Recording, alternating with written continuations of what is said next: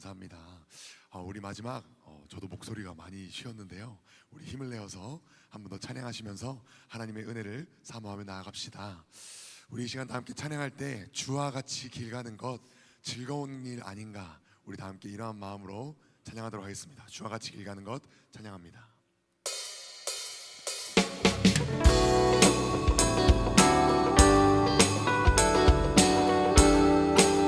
주님께 고백합시다. 주와 같이 길 가는 것, 주와 같이 길 가는 것 즐거운 일 아닌가. 우리 주님 걸어가신 발자취를 밟게 한 번 더 주와 같이 주와 같이 길 가는 것 즐거운 일 아닌가. 우리 주님 걸어가신 발자취를 밟게 한 걸음 한 걸음 한 걸음 주 예수와 함께 날마다 우리 걸어 이절로 찬양합시다. 어린아이 같은 우리, 어린아이 같은 미련하고 약하다 미련하고 약한 주의 손에 이끌리어 주의 손에 이끌려 생명길로 가겠네. 생명길로 가는 한 걸음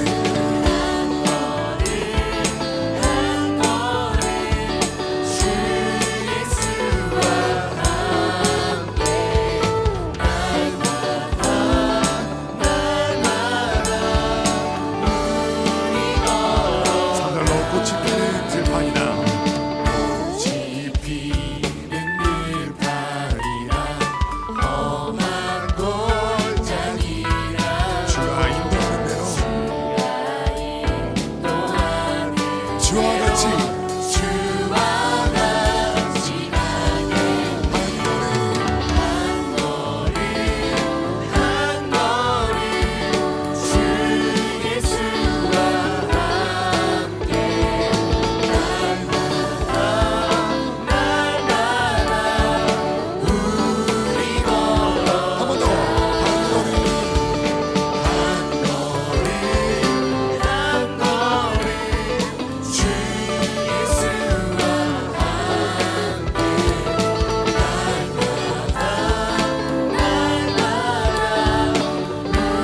우리의 박수와 목소리로 찬양합시다. 한 걸음 한 걸음 헤이 한 걸음 한 걸음 주 예수와 함께 날마다 우리 걸어 한 번 더 한 걸음 한 걸음 주 예수와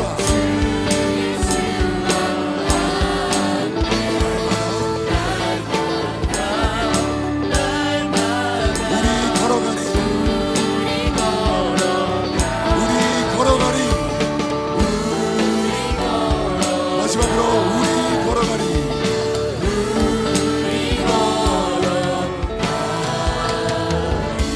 우리를 이끄시는 주님께 영광의 박수 올려줍시다. 우리 이어서 찬양합니다. 기뻐하며 함께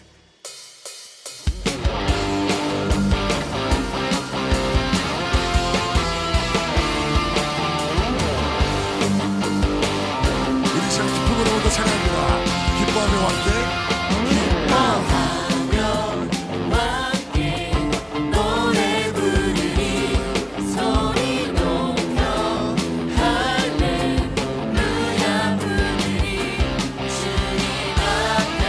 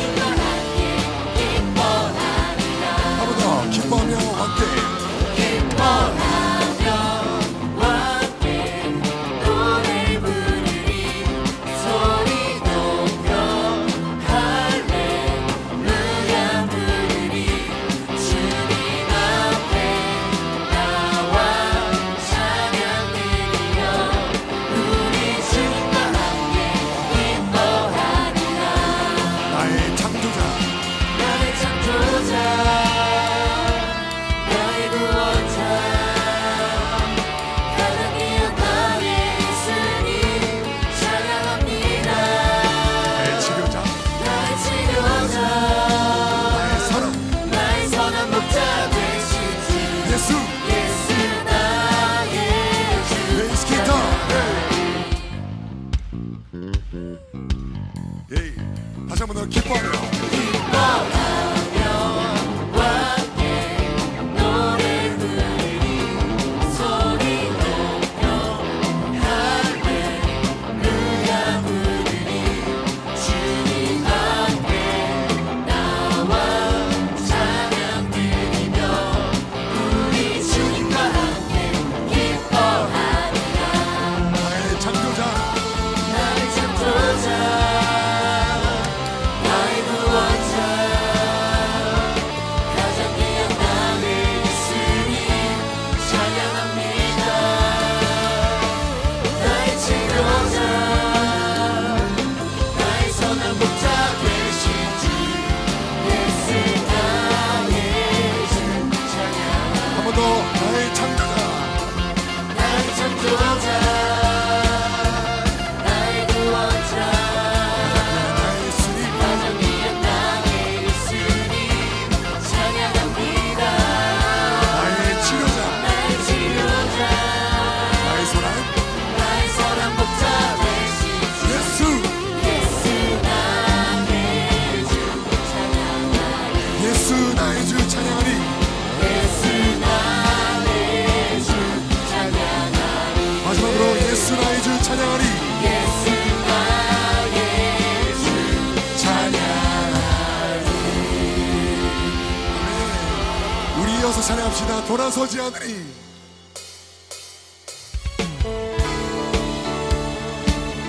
우리 이 시간 주님 앞에 고백하는 마음으로 이 시간 주님 앞에 결단하는 마음으로 찬양합시다.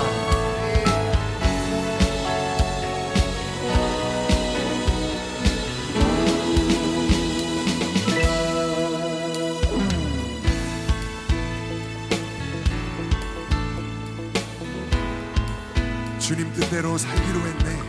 주님 뜻대로 살기로 했네. 주님 뜻대로 살기로 했네.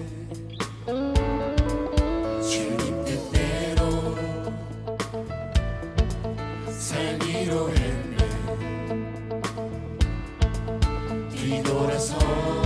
뒤돌아서지 않겠네. 이 세상 사람 날 몰라줘도 이 세상 사람 날 몰라줘도 이 세상 사람 날 몰라줘도 이 세상 사람 날 몰라줘도 뒤돌아서지 않겠네. 뒤돌아서지 않겠네. 뒤돌아서지 않겠네. 뒤돌아서지 않겠네. 우리의 믿음의 고백으로 어떠한 시련이 와도 수많은 유혹 속에도 신실하신 주님 약속 난 붙들리라. 세상이 이해 못하고 세상이 이해 못하고 우리를 조롱하여도 우리를 조롱하여도 신실하신 주님 약속 난 붙들리라. 결코 돌아서지 않으리.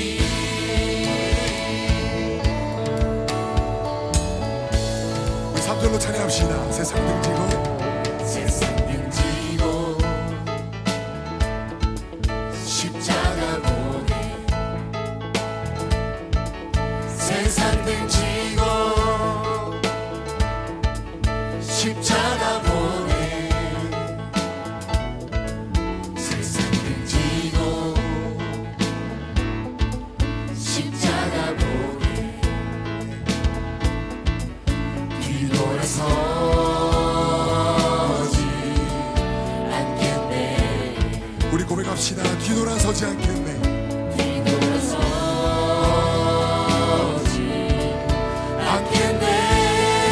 어떠한 시련이 와도 어떠한 시련이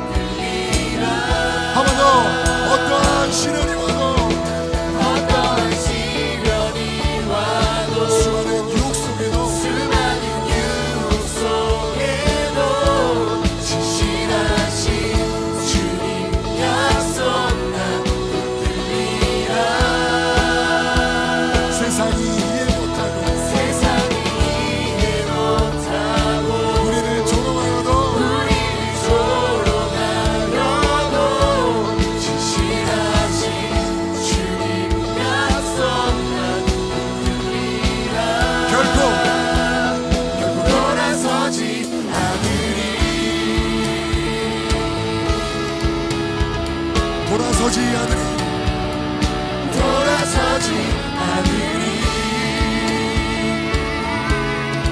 우리 마지막으로 돌아서지 않으리 돌아서지 않으리 주님 우리가 돌아서지 않겠습니다. 늘 주님 곁에 있겠습니다.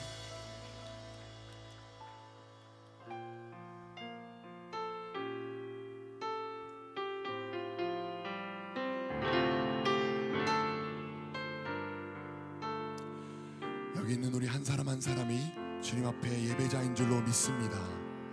우리 이 시간 찬양할 때 나는 하나님을 예배하는 예배자입니다. 함께 그러한 마음으로 찬양합시다. 나는 하나님을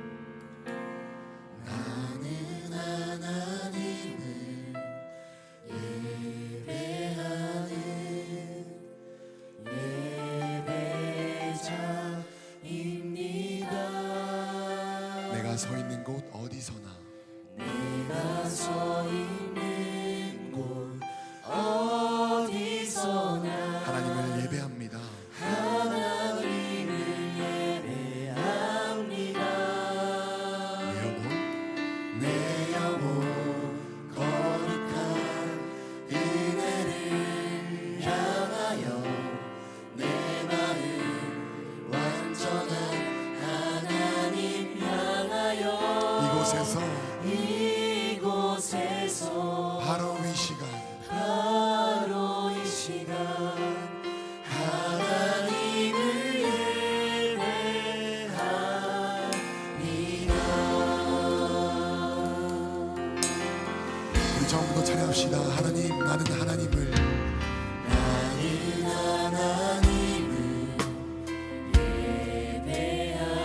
예배자입니다.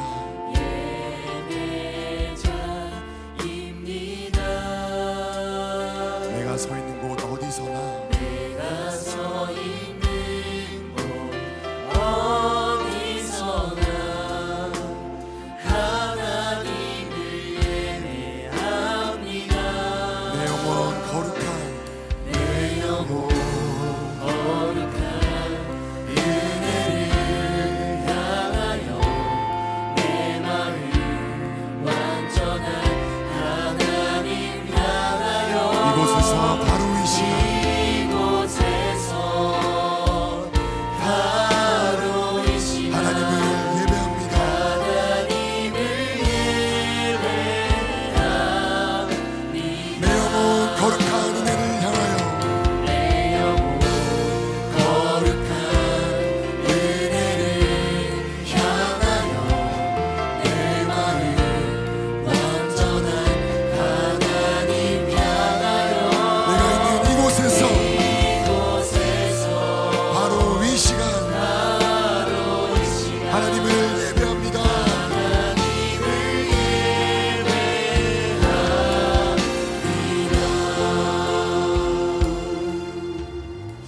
우리 이 시간 우리의 두 손을 높이 들고 함께 찬양합시다.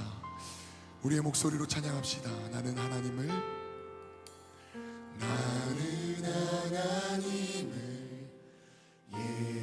예배하는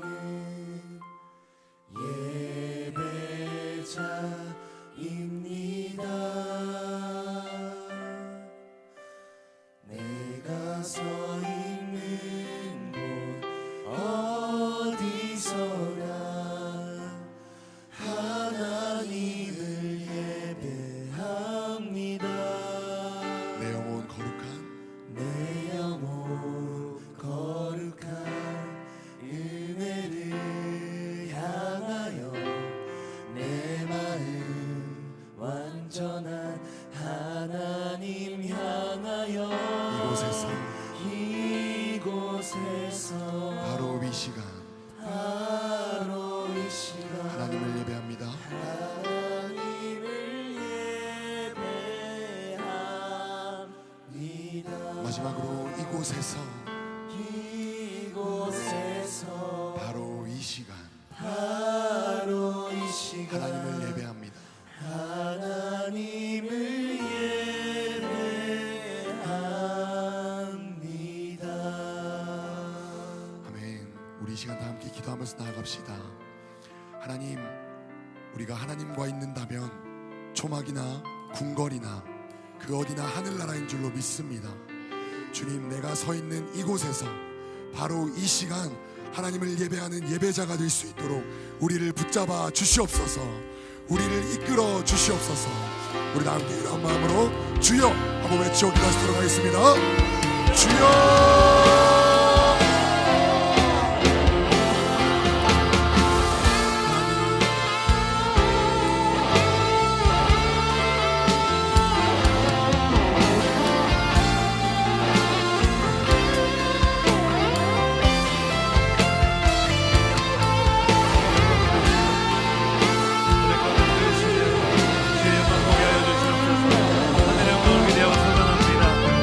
사랑하며 인도하여 주시옵소서. 주 영광을 보게 하시며 하늘의 영광을 보는 시간 되게 하여 주시옵소서. 놀라운 시간을 인도하여 주시니 찬양합니다. 이 아침에 우리 가운데 역사하시는 은혜를 기대하고 소망합니다. 하나님 영광 받아 주시옵소서. 하나님 영광 받아 주시옵소서. 하나님 영광 받아 주시옵소서. 하나님 영광 받아 주시옵소서. 주님 영광 받아 주시옵소서. 주님 영광 받아 주시옵소서. 주님 영광 받아 주시옵소서.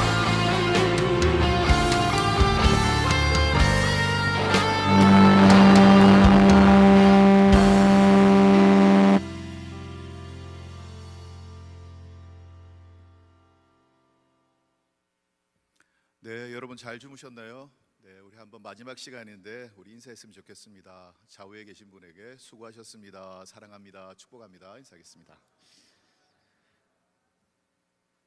네, 감사합니다. 지금 이 시간은 다음 세대 부흥 컨퍼런스 세대 통합 목회 사례를 중심으로 내수동교회 사례를 저희들이 함께 듣는 시간을 갖도록 하겠습니다. 먼저 오늘 강의를 위해서 포항교회 배석환 장로님 교단 청소년부 소위원으로 섬기고 계신데요. 강의를 위해서 기도해 주시겠습니다.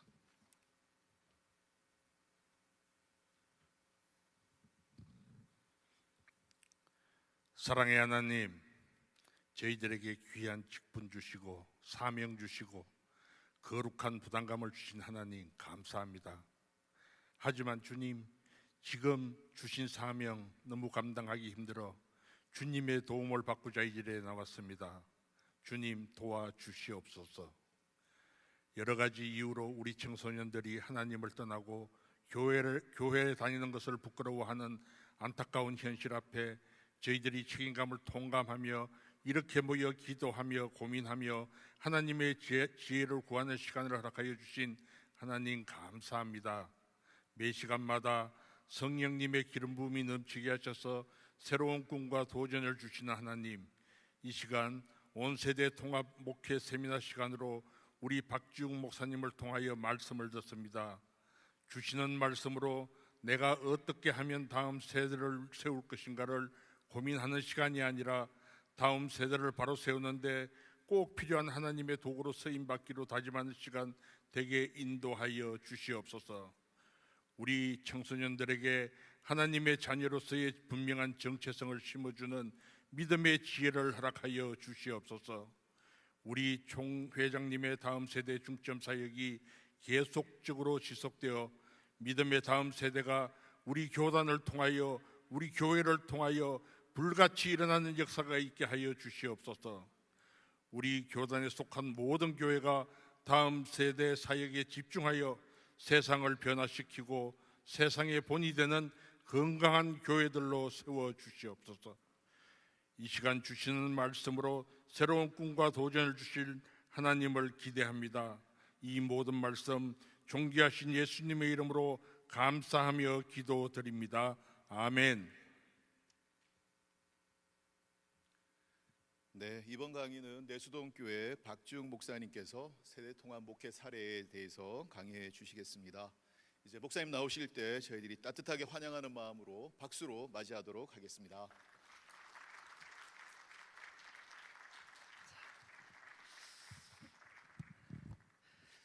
여러분 만나 뵙게 되어서 정말 반갑고 귀한 자리에 초청해 주셔서 진심으로 감사합니다.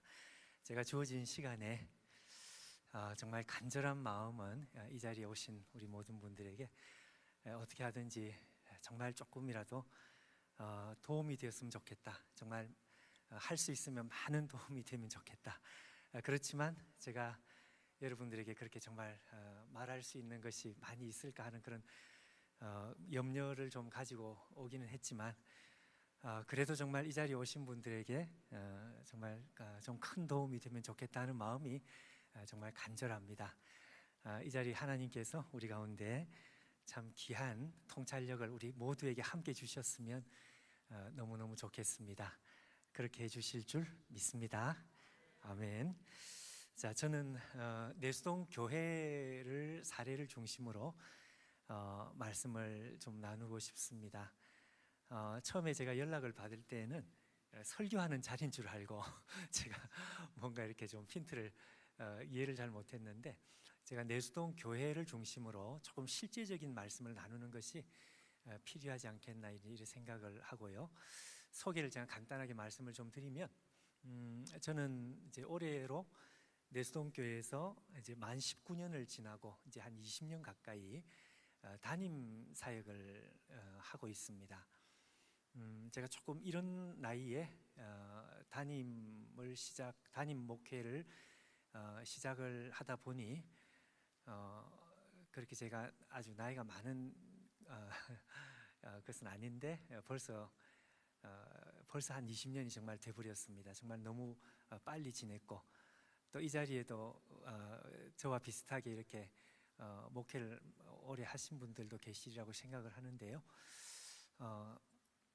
정말 두렵고 떨리는 마음으로 정말 여러분들 앞에서 정말 뭐가 도움이 될까 하는 그런 생각을 하는데, 그렇지만 정말 할 수 있는 말을 정말 다 정말 쏟아서 여러분과 공유하고 싶은 그런 마음입니다. 저는 그 내수동 교회에서 담임 목회를 시작한 시작한 것이 아니라 내수동 교회 출신입니다. 출신이라는 건 이제 뭔가 하니까 제가 내수동 교회 중등부 학생이었습니다. 조금 이력이 특이하죠.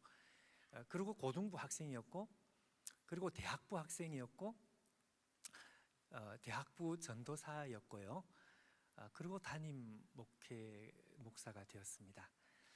저는 내수동 교회에서 이렇게 자라다 보니 이게 좀 특이한 이력인지를 사실은 그것도 모르고 정신없이 그저 목회에 그냥 집중을 하면서 살았는데, 가만 보니까 이게 조금 특이한 이력이었습니다. 저보고 내수동 교회에서 어떻게 인정을 받았으니까 검증됐다 이런 이야기로 칭찬을 하시는데 전혀 그렇지 않고요. 그저 막 있는 그대로 솔직한 여러 가지 이야기들을 좀 나누고 싶은데, 제가 내수동 교회에서 오랫동안 이렇게 이제 사역을 하다 보니 사역뿐 아니라 이제 오랫동안 몸을 담고 그렇게 있다 보니까 교회 이제 역사를 제가 이제 잘 알고요. 저는 오늘 주로 이제 청년 사역과 관련해서 말씀을 나누고 싶습니다. 청년 사역, 대학부 청년 사역과 관련해서 말씀을 나누고 싶고, 저희 교회는 1954년도, 그러니까 6.25가 끝난 바로 그 다음 해죠. 저는 정확하게 누군지 모르는데 서울대학교 학생 몇 사람이 저희 교회가 광화문 중심에 있거든요. 광화문 그 바로 뒤에 여러분 아시는 대로 인왕산이 있는데, 그 인왕산 뒤에 대학생 몇 명이 이제 서울대 다니던 학생 한 두세 명인지 하여튼 올라가서 서울 시내를 내려다 봤는데 서울 시내는 정말 폐허였다 그랬습니다. 그 가운데 이제 어느 한 지점이 눈에 들어왔는데 그게 광화문 지역이었고, 저기에 교회를 세우면 좋겠다. 이제 그리고 이제 천막을 치고 교회를 시작한 것이 내수동 교회였다 하는 그런 말을 제가 들었습니다. 저희 원로 목사님께서 1974년도 지금 이제 원로 목사님께서 96세시죠. 96세. 그리고 이제 원로 목사님 은퇴하시고 한 5년 정도 우리 선교사님 출신 목사님께서 한 5년 정도 교회 사역을 이제 하셨고, 그리고 제가 2004년부터 담임을 하게 되었습니다.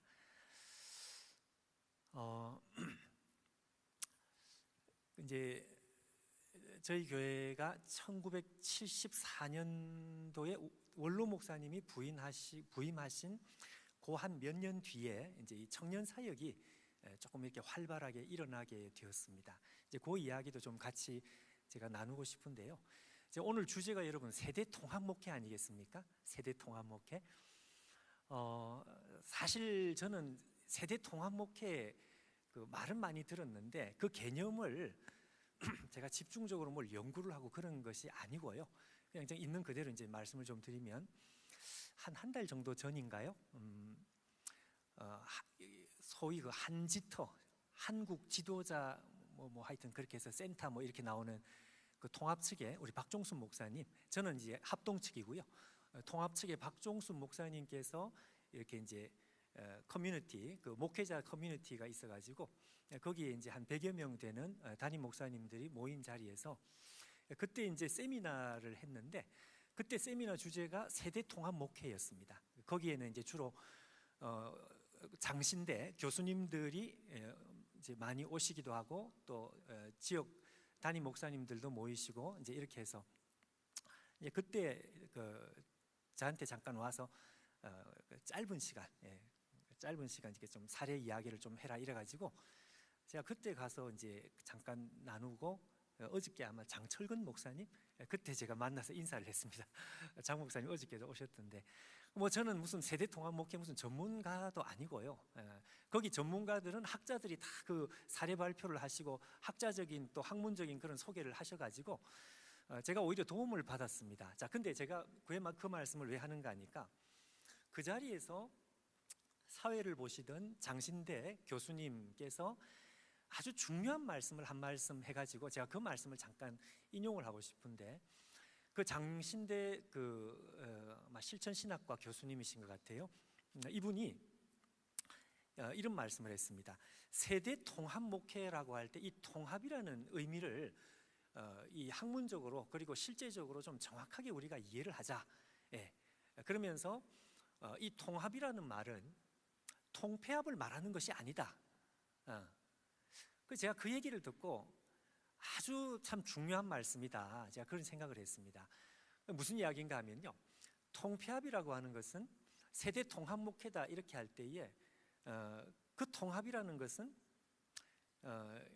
우리 유년부, 초등부, 중등부, 고등부 해서 청년 뭐 대학생들을 그냥 기구를 그냥 통폐합을 시키는 그래서 한 자리에 다 모여서 하는 그게 세대 통합 목회에서 말하는 통합의 의미가 아니다. 그렇게 말씀하신 거예요. 그 말씀이 맞죠. 여러분 여기서 세대 통합이라는 것은 통폐합을 말하는 것이 아니라 세대가 교통을 하자는 것이죠. 교통. 무슨 말씀인지 아시겠죠? 그러니까 우리가 세대를 무조건 한 자리에 다 모아놓으면 부흥이 되겠다. 그게 아니다 이거죠. 여러분 실제로 세대가 다 한 자리에 그냥 모인다고 자동적으로 부흥이 되겠습니까? 우리 교회 같은 경우는 교회 건물 크기상 세대들을 다 모아놓으면 앉을 자리도 없겠죠. 그러니까 그 교수님이 아주 정확하게 잘 지적을 해주셔가지고 제가 바로 아주 좋은 말씀이다. 그러니까 이제 이 세대 통합이라고 하는 것은 결국은 교회가 건강하게 부흥하자는 취지에서 왜 세대 통합을 하려고 하느냐? 그것은 성경이 우리에게 말씀하는 목회의 본질이기 때문에. 근데 그 본질이라는 것은 그냥 이 부서들을 그냥 한 자리에 모아가지고 통폐합을 시킨다고 해서 되는 것이 아니다 이거죠. 그게 본질도 아니고. 그러면 여러분 생각해 보십시오. 19세기죠. 19세기 처음에 주일학교 운동이 일어나서 지금 우리 교회들처럼 주일학교가 이렇게 분리되어서 교육을 시키는 그거는 그러면 교회를 거꾸로 뒤집어 놓자는 거냐? 부흥하지 말자는 것이냐? 그건 잘못한 것이냐? 뭐 이런 질문이 여러분 생기지 않겠습니까?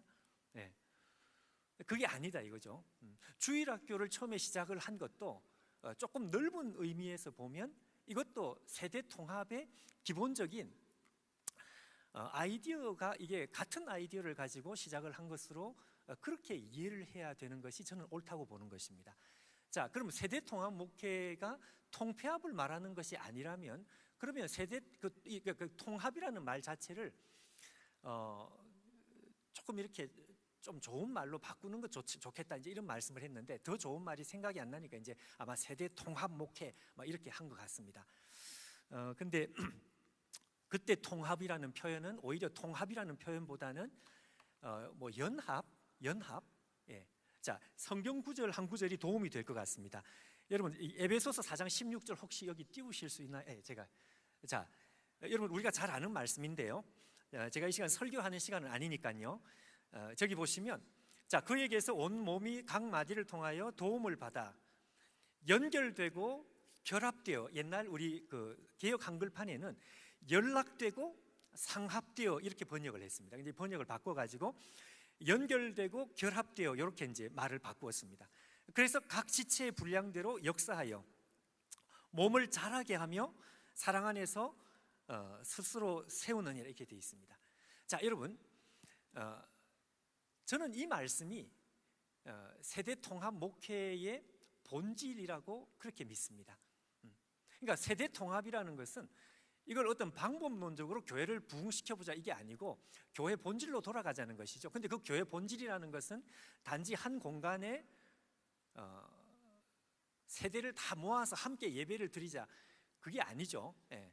그렇게 해서 교회가 부흥이 되면 뭐 얼마든지 그렇게 할 수도 있지만 공간에 모아놓는 그게 핵심이 아니라, 그게 핵심이 아니라 지금 이 앞에 있는 방금 우리가 읽은 이 말씀처럼, 앞에 있는 이 말씀처럼 이게 교통이 되어야 되겠다는 것입니다. 교통. 한 분 주님으로 말미암아 온 세대가 떨어지지 않고 분리되지 않고 이게 교통이 되어야 될 것이다. 연결이 되어야 될 것이다. 함께 한 자리에 모여서 연결에 도움이 되면 그렇게 하면 되는 것이고요. 그게 아니라 한 자리에 예배를 드리지 못해도 이게 함께 이게 연결되고 결합되어 연락되고 상합되어 요 교회의 본질에 우리가 충실하면 그게 이제 세대 통합 목회가 되는 거죠. 여러분 우리가 축도하는 메시지 고린도후서 13장 13절 우리가 축도하는 저 말씀 있죠. 성령의 교통하심 있습니다. 이 성령의 교통하심이라는 말이 세대 통합 목회의 본질이라고 생각합니다. 자, 그러니 여러분 우리가 심장이 있고 콩팥이 있다. 그러면 심장은 심장 자리에 있고 콩팥은 콩팥 자리에 있되 중요한 것은 심장과 콩팥이 같은 머리로부터 피를 공급받고요. 같은 머리로부터 한 피를 공유해서 함께 한 몸을 이루어 나가서 이게 결국은 건강한 몸을 만들면 되는 거죠. 그러니까 이게 이제 세대 통합 목회의 본질이라고 믿는 것입니다. 근데 여러분 생각해 보십시오. 심장이 있고 콩팥이 떨어져 있는데 이 심장과 콩팥이 이게 이제 심장 자체가 건강하지 못하단 말이죠. 그리고 콩팥 자체가 건강하지 못해요. 근데 건강하지 못한 심장과 콩팥이 그냥 모인다고 해서 자동적으로 이게 건강해지겠습니까? 그렇게 안 되겠죠. 심장은 심장대로 건강해야 되고 콩팥은 콩팥대로 건강해야 되는데 그것이 함께 이렇게 연결될 때 그때 이것이 이제 시너지를 만들어서 몸으로 살아나게 되는 우리가 기대하는 것은 그런 것이겠죠. 자, 그래서 여러분 저는 진정한 세대 통합 목회를 이루려고 하면 정말 각 부서는 부서대로 건강해야 되고 그리고 그 부서는 제각각 놀면 안 되고 함께 한 몸으로 함께 이렇게 이어져야 되고요. 연결되어져 가지고 이게 시너지를 만들어야 된다. 그래서 우리 교회가 일어나야 된다. 이제 그렇게 생각을 하는 것입니다. 제 말씀이 전달이 잘 되는지 모르겠습니다. 자, 그래서 저는 두 가지로 나누어서 내수동 교회 관련해서 사례를 말씀드리고 싶은데요. 대학부, 청년부, 우리 청년 사역이 건강하게 이렇게 형성이 되고 태동이 되는 시간이 역사 속에 이제 있었고 그 대학 청년부가 한 교회 속으로 이렇게 통합이 돼야 되는 필요를 느낀 그런 시기가 있었던 것입니다. 그러니까 대학부와 청년부가 대학 청년부로서 부흥이 되는 것이 필요하고 그리고 이 대학 청년부가 교회 속에서 한 몸으로서 같이 이렇게 통합되는, 같이 이렇게 이렇게 한 몸으로 연결되는 그 두 가지 필요가 다 중요하다는 것이죠. 건강하지 않은데 그냥 무조건 통합한다고 될 일도 아니고요. 건강하게 있지만 지멋대로 제각각 놀게 되면 어떻게 될까요?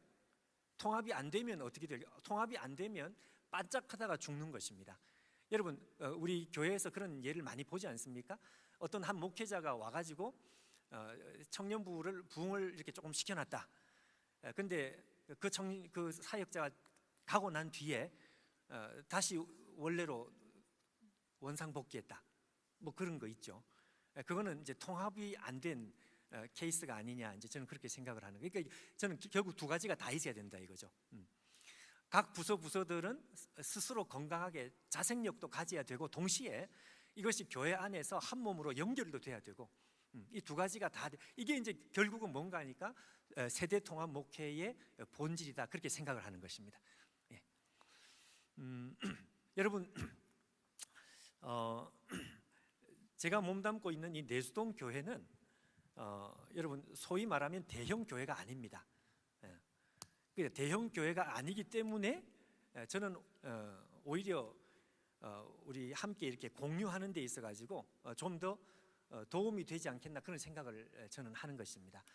청년대학부 사역을 우리가 이제 이렇게 시작을 할 때에도 대형 교회라고 하면 그 교인들의 자녀들만 모아도 벌써 사람이 많겠죠. 예. 근데 이제 그런 형태가 아니었고요.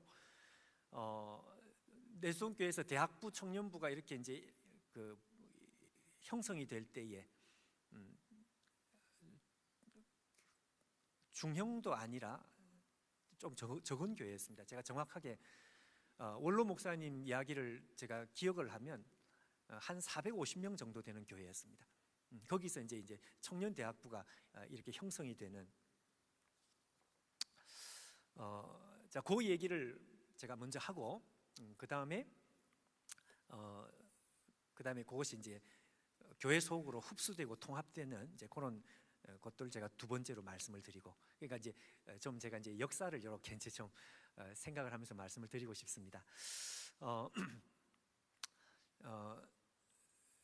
이제 1970년대에는 여러분 혹시 이 자리에 이제 그 연배가 있으신 분들은 기억을 하실지 모르겠지만, 여러분 1970년도는 우리나라의 지역 교회 속에서 이 청년 사역이 일어나는 시대는 아니었습니다. 그럼 뭔가 하니까 그 당시는 여러분 대학생 선교 단체들, CCC, IVF, 뭐 이렇게 내비게이터, 뭐 이런 선교 단체가 활발하게 일어나던 시대였습니다. 그리고 이제 어떻게 하면 이 선교 단체에서 학생들이 모이던 그 학생 운동이 교회 안에 일어날 수 있을까? 이게 이제 1970년대의 이제 고민이었던 것입니다. 그 당시 한국 교회 안에서 청년 사역을 선구적으로 그렇게 이제 운동을 일으킨 그 이제 경우는 여러분 아시는 대로 옥하는 목사님, 옥하는 목사님께서 여러분 그 서울 명동에 가면 성독교회라고 있습니다. 잘 모르시는 분들도 꽤 많으신 것 같은데요.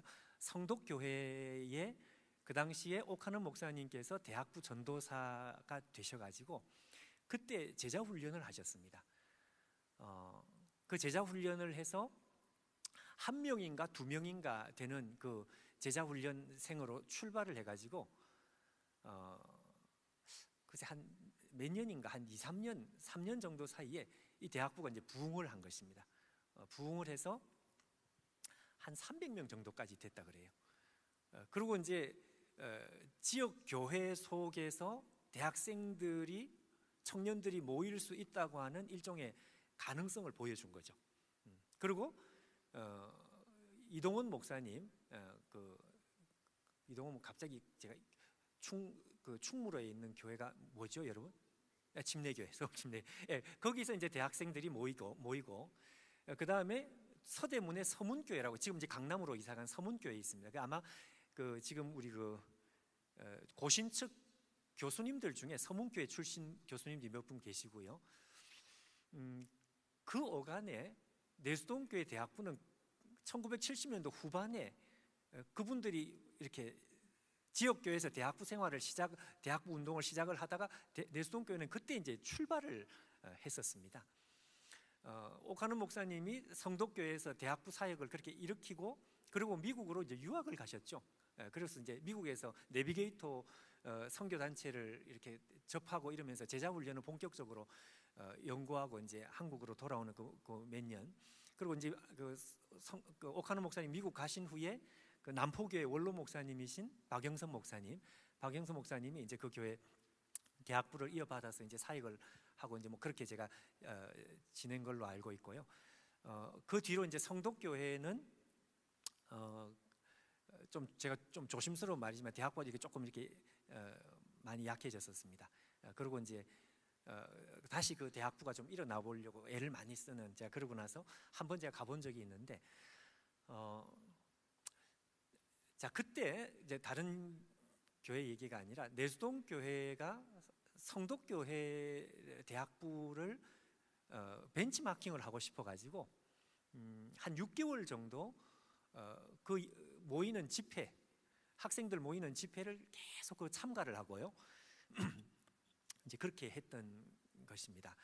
그리고 이제 오카노 목사님이 성덕교회 사역을 마치고 미국에 갔다가 이제 돌아왔을 때 그때가 1978년인데요. 그때 내수동 교회 여름 수련회의 강사님으로 오셨습니다. 근데 제가 이 얘기를 왜 하는가 하니까 그때 내수동 교회는 이렇게 청년 사역이 이렇게 제대로 형성이 된 당대가 아니고요. 이렇게 이제 한 50명, 60명, 한 5, 60명 청년들이 이렇게 같이 모여가지고 뭔가를 좀 열심히 해보겠다고 의욕이 지금 가득한 아마 그런 시대였습니다. 근데 이제 박이천 목사님, 저희 원로 목사님이 총신대학에서 설교학 교수님으로 오래 계셨는데 오카는 목사님이 이제 한국으로 왔다는 소식을 듣고 픽업을 해서 여름 수련회 강사를 이렇게 해달라 이제 이렇게 부탁을 하고 근데 그 1978년도 경기도 송추에서 그때 영적인 부흥이 한번 일어났습니다. 제가 영적인 부흥이라고 말씀을 하는 이유는 이게 그냥 은혜가 충만한 정도가 아니라 영적으로 정말 한번 폭발적인 한번 큰 은혜가 크게 한번 임한 그런 그래서 1978년도를 저희 교회 대학부의 역사를 이렇게 한번 쭉 돌아볼 때에 뭐라고 저희들은 이야기를 하는가 하면 부흥의 원년 뭐 이런 이야기를 합니다. 부흥의 원년.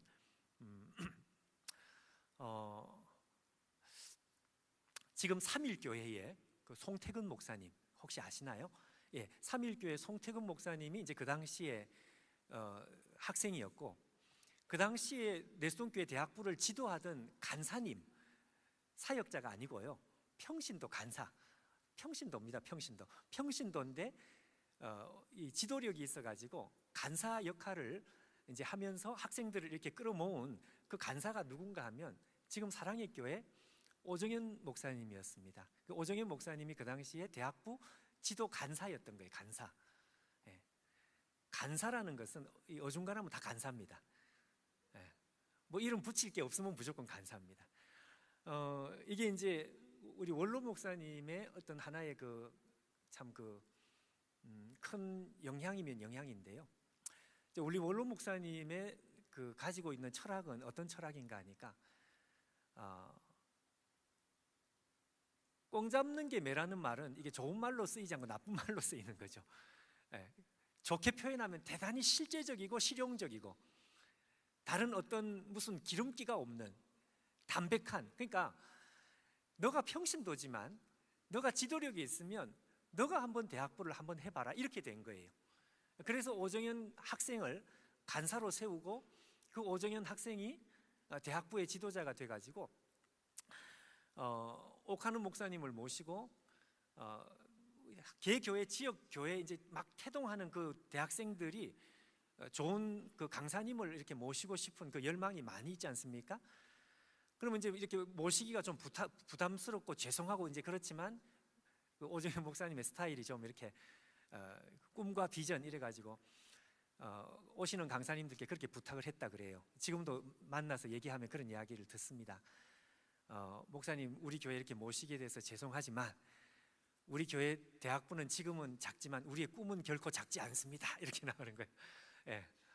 우리의 꿈은 결코 작지 않으니 꼭 와주십시오. 그래서 이제 그 당시에 이동원 목사님도 모시고 홍정길 목사님도 모시고 그렇게 해서 이제 모시면서, 근데 특별히 1978년도에 그 송추 수양회 때 그 부흥이 있었습니다. 그래서 삼일교회 송태근 목사님, 제가 말씀을 왜 말씀했는가 하면요, 그 송태근 목사님이 지금 이렇게 만나서 교제를 하면 무슨 말씀을 하는가 하면요, 1978년도에 들었던 메시지가 지금 그대로 기억이 난다는 것입니다. 여러분, 세상에 40몇 년 전에 들은 메시지 기억하십니까?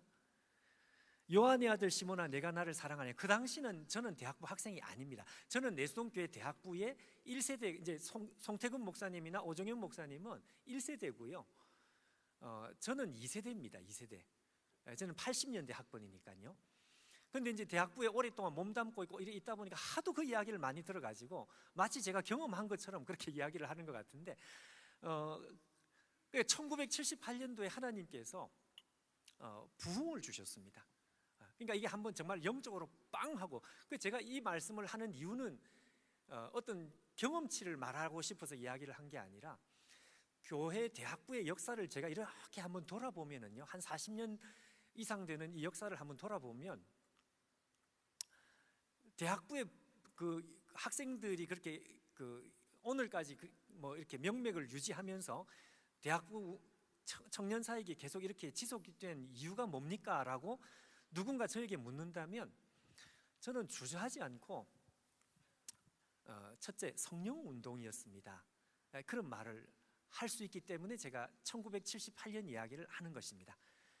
성령 운동이었습니다. 성령 운동은 우리가 무슨 캐치프레이즈를 걸고 성령 운동을 하자 뭐 이렇게 해서 시작을 한 것은 아닙니다. 다만 학생들이 은혜에 대해서 굉장히 민감하고요. 여러분, 대천덕 신부님 아시잖아요. 대천덕 신부님, 그 강원도 그 황지에, 그 당시 오정현 간사님이 어떻게 하면 지역 교회 안에 선교 단체의 좋은 점들을 한번 흡수를 해볼 수 있을까? 그래서 IVF의 그 지성적인 것뿐 아니라 내비게이터의 그 소그룹 운동, 하여튼 이런 것들을 교회 안에 이렇게 끌어들여 오고 싶어 가지고 이제 배우는 중에 함께 강원도 그 예수원에 학생들하고 같이 예수원에 갔는데, 그 예수원에서 지금도 오정현 목사님이 그 이야기를 합니다. 그때 본인이 충격을 받았다. 그 충격은 뭔가 하니까 성령 운동에 대한 충격이었다. 여러분, 대천덕 신부님 대단히 영적이고 기도하시는 그 아시잖아요. 잘 모르십니까? 대천덕 신부님, 그런 마음의 열망이 있는 분위기였는데, 이제 오정현 목사님이 아니라 옥하는 목사님이 1978년도에 제자 운동에 대한 이 뜨거운 열정, 한 영혼에 대한 뜨거운 열정이 이제 있다 보니까 그때 하나님의 사랑에 대한 말씀을 이렇게 나누는 중에 여러분, 세족식이라는 거 아시죠? 세족식, 발 씻어주는 거. 거기서 세족식을 하고 이러면서 거기서 회개 운동이 일어나고 성령 운동이 일어나고, 그래서 한번 이게 폭발을 했던 것입니다. 그러니까 40년이 지난 지금도 그 말씀을 그대로 기억을 하고 생생하게 기억을 할 정도니 굉장히 그 임팩트가 강했던 거죠. 이거는 무슨 어떤 한 사람이나 어떤 사람의 어떤 그 능력이나 이런 것이 아니라 하나님께서 성령을 그냥 한순간에 한번 이렇게 부으시고, 그러고 나서 이 수련회가 끝나고 나서 내수동교회 대학부에 학생들 숫자가 갑자기 2배가 됐습니다. 그래서 한 150명 정도가 됐습니다.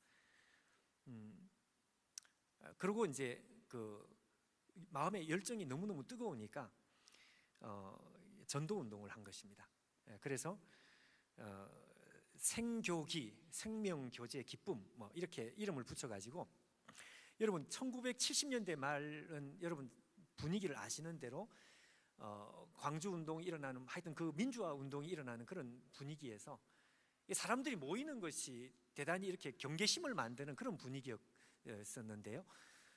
근데 이제 그때 내수동 교회가 지금도 무슨 건물이 무슨 큰 교회도 아니고요. 지금도 그냥 중형 교회. 근데 그 대학부 건물도 무슨 대학부 건물이 무슨 좋은 건물도 아니고 지금도 그대로 있습니다. 가건물입니다. 가건물. 옥상에 가건물. 때 되면 항상 그 뭐가 날라오는가 하면 과태료. 예. 그거 날라옵니다. 그러나 과태료를 하도 많이 냈더니 이제는 안 날라와요. 그리고 뭐 이게 오래되면 뭐 어떻게 법적으로 뭐 인정해주는 뭐 그런 게 있다면서요. 지금도 가건물입니다. 가건물. 저도 거기서 사역을 했습니다. 자, 그러니 정말 그 볼품 없고 별 것 없는 그 대학생들 모인 그 공간에 마음의 열정 때문에 전도를 했는데 제가 이 역사에 들은 이야기로 400명이 모인 거예요.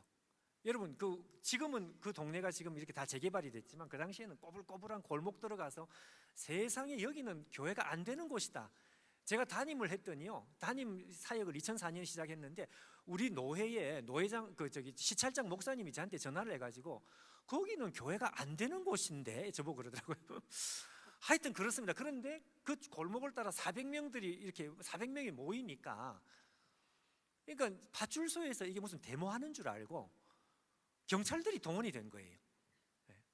그러니까 여러분 이게 성령의 역사가 이제 이렇게 일어나는 이제 이런 분위기였습니다. 지금은 이제 원로 장로님 80대 후반이신데 이 원로 장로님이 그 당시에 대학부의 부장이었습니다. 그분이 이제 수련회 중간에 이제 인사하러 갔는데 거기서 이제 그 부흥의 분위기를 그때 이제 딱 접한 거죠.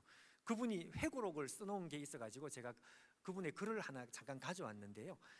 제가 한 몇 구절만 한번 읽어보겠습니다. 한두 구절만 한 패러그래프 한번 읽어보겠는데요. 자, 저녁에 우리는 세족식을 벌였다. 서로 울면서 발을 씻겨줬다. 그것은 위대한 섬김의 장면이었다.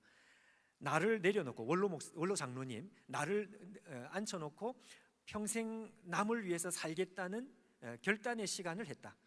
수십 명의 학생들이 내 발을 씻겼다. 장로님 감사합니다. 우리를 위하여 헌신해 주셔서 정말 고맙습니다. 장로님 마음을 헤아리지 못한 채 제대로 살지 못했던 것을 회개합니다.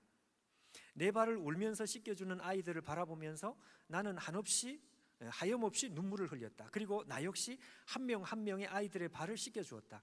눈물과 콧물이 범벅이 된 채 우리는 얼싸안고 대성통곡을 했다.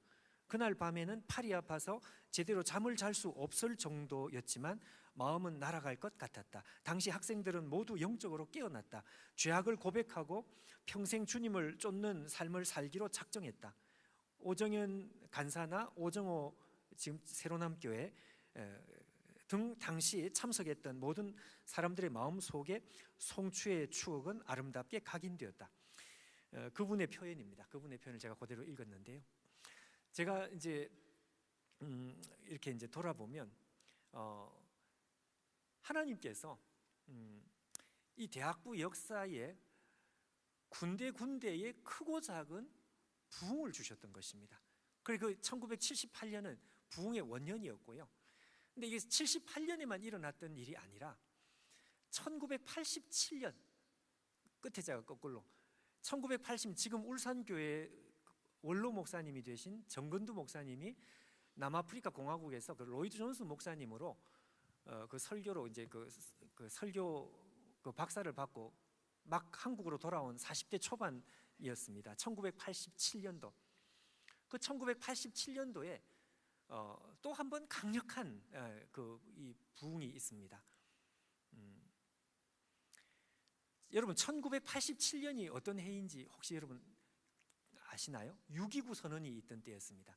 그러니까 6.29 선언이 있을 당시에는 이 사회 참여 운동도 교회 안에서 많았고 교회에 모여서 기도만 하면 되냐? 우리가 나가서 같이 데모를 해야 된다. 뭐 이런, 그러니까 우리 모인 학생들 사이의 마음에서도 이렇게 이제 막 그 마음이 나뉘어지고 이렇게 갈라져 있는 그런 상황이었습니다.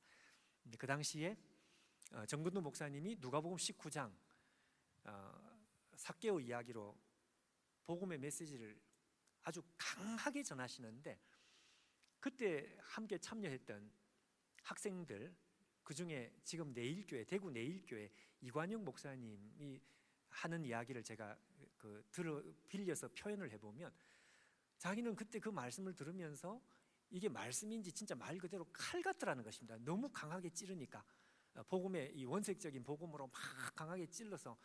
그러고 나서 수련회가 끝이 났는데 어떤 한 학생이 앞으로 나와가지고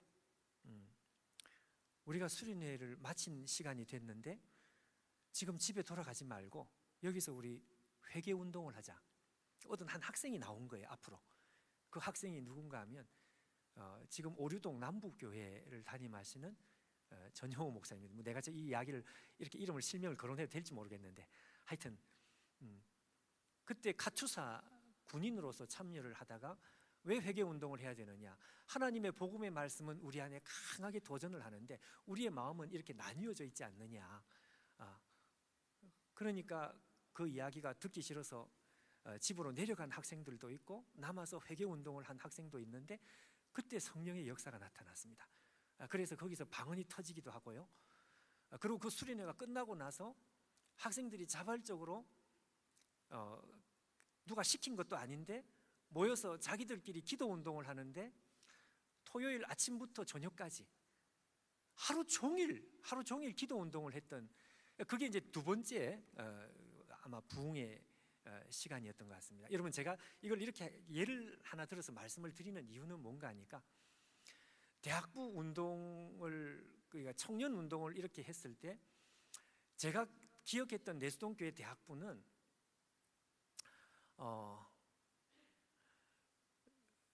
정말 솔직하게 말하면 세련된 게 하나도 없었습니다. 건물부터 시작해서 너무너무 허술하고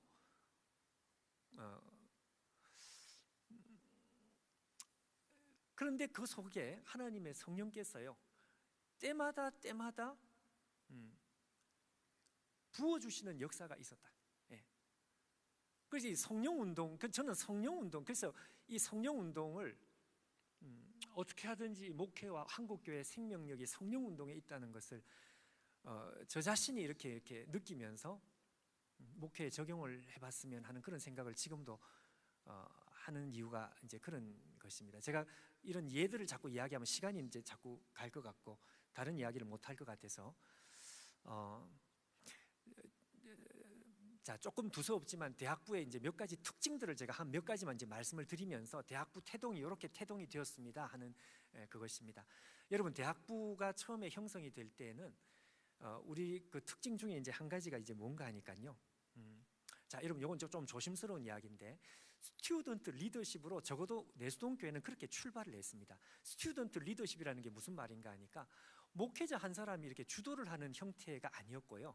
대학부 같은 경우에는 학생들이 대단히 자발적으로, 여기에는 분명히 장점과 단점이 있습니다. 강점과 약점이 같이 존재합니다. 그건 나중에 제가 조금 더 이따가 다시 좀 말씀을 드리고 싶은데, 대학부에, 우리 교회 대학부에 이 보이지 않는 어떤 불문율 같은 비슷한 것이 뭐였는가 하니까, 대학부의 지도자는 그 학생 중에 한 사람을 무조건 세운다. 이게 이제 하나의 불문율이었습니다. 왜 그런가 하니까 이 역사를 이어가야 된다. 역사를 이어가야 된다. 그래서 학생들이 지도자가 되는 건 지도자의 문제가 아니라 학생들이 뒤에 앉아서 구경하는 구경꾼이 되면 안 된다. 그래서 사람은 많지 않지만 뭐 100명, 150명 되는 이 학생들이 전부 자발적으로 앞장서야 되는. 그리고 오정현 목사님도 그 당시에는 간사였죠. 물론 그 뒤에는 목사가 없었던 것이 아니라 목사가 다 이렇게 있었습니다. 그렇지만 오정현 목사님 그 다음에 지금 총신대 오정호 목사님, 새로남교회, 그 다음에 이제 지금 총신대 총장님이신 그 박성규 목사님, 그거 다 학생이었습니다. 학생. 박성규 목사님은 대학부 3학년이었습니다. 3학년. 여러분, 3학년이 이게 지도자가 됐다고 한번 생각해 보십시오. 얼마나 힘들었겠어요. 예. 그런데 한 사람이 지도자가 되면 모든 학생들이 정말 전폭적으로 지지를 하면서 같이 이렇게 세우는 그런 분위기, 그런 분위기를 만든 것이죠. 그러고 나서 지금 그 남서울교회 화종부 목사님, 그리고 전용호 목사님, 그 다음에 제가 다 저도 출신이고요. 그 다음부터는 이제 이게 좀 이렇게 달라졌습니다. 왜냐하면 그 다음부터는 대학부의 부흥보다는 이게 통합의 목적이 있었고, 이 다음부터는 대학부 사역이 이제, 여러분 지금 지역 교회마다 청년들 모이는 게 너무너무 힘들죠. 저희 교회도 마찬가지입니다. 대학생들 전도 안 됩니다, 여러분. 여러분 대학생들 사이에 지금 선교단체 안 됩니다. 제가 IBF에 그 동서남북에 다 수련회 인도를 해본 경험이 있는데, 가보니까 제가 인도할 때만 해도 벌써 4분의 1로 줄어버렸어요. 지금은 4분의 1이 뭡니까, 여러분? 너무너무 선교 단체든지 너무너무 약해졌어요. 자, 이럴 때 이제 이 정말 남은 학생들을 마치 추스리는 것처럼 추스려 가지고 세대 통합 목회처럼 이제 같이 모아 가지고 이제 같이 이제 일어나야 되는 이제 그런 숙제를 안고 있었기 때문에, 그 뒤로는 그 안에 있는 학생들이 지도자가 된 게 아니라, 제가 담임이 되고 난 다음에는 과감하게 많이 기도하고 외부에서 지도자를 데려온 것입니다. 무슨 학벌이 좋다든지 무슨 스펙이 좋은 사람을 데려온 게 아니고요. 정말 하나님께서 이 사람이다 싶은 그 사람이 볼 것이 없어도 그 사람을 데리고 왔습니다. 하여튼 그렇게 이제, 자, 그래서 제가 지금 말씀드리고 싶은 것은 대학부의 가장 큰 부흥의 요인을 말씀하라고 하면 성령 운동입니다. 그 다음에 두 번째는 자발적인 운동입니다. 스튜던트 리더십입니다. 스튜던트 리더십이었기 때문에 어느 누구도 구경하는 사람이 없었습니다. 그래서 학생들이 이렇게 이제 자발적으로 이렇게 모이고 할 때, 이게 이제 좋은 뜻으로 사용이 되고 나쁜 것으로 이게 잘못될 수도 있지만, 하여튼 좋은 의미로 사용이 될 때는 너무너무 적극적인 거예요. 예. 누구든지 앞장서서, 예를 들면 이제 이런 것이죠. 예를 들면 우리 그 짧은 시간에 제가 이 얘기 저기 하고 싶어가지고 좀 버벅대도 용서해 주십시오. 여러분 대학부 집회를 하지 않습니까? 대학부 집회를 하면 그 집회가 어떤 형식이었는가 하면요, 앞에서 찬양 인도, 물론 지금처럼 찬양팀이 있는 것은 아니고 찬양 인도를 하고 나서 영감 있는 찬양을 하고 그 다음에 이제 헌금을 하고 뭐 이렇게 하는데, 누구든지 감동이 있는 사람이 앞에 나와서 간증을 하는 거예요. 간증을 약간 좀 이렇게 이렇게 좀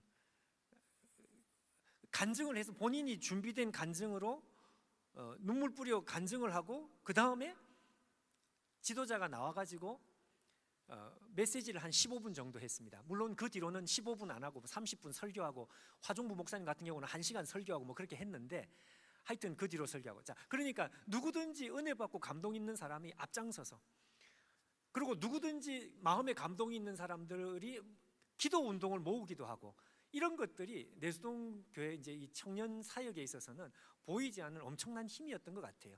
자, 여러분 그렇게 될 수 있었던 큰 이유 중에 하나가 있었습니다. 왜 학생들이 그렇게 자발적이었을까? 그 중에 가장 큰 이유 중에 하나는 원로 목사님의 철학이었습니다.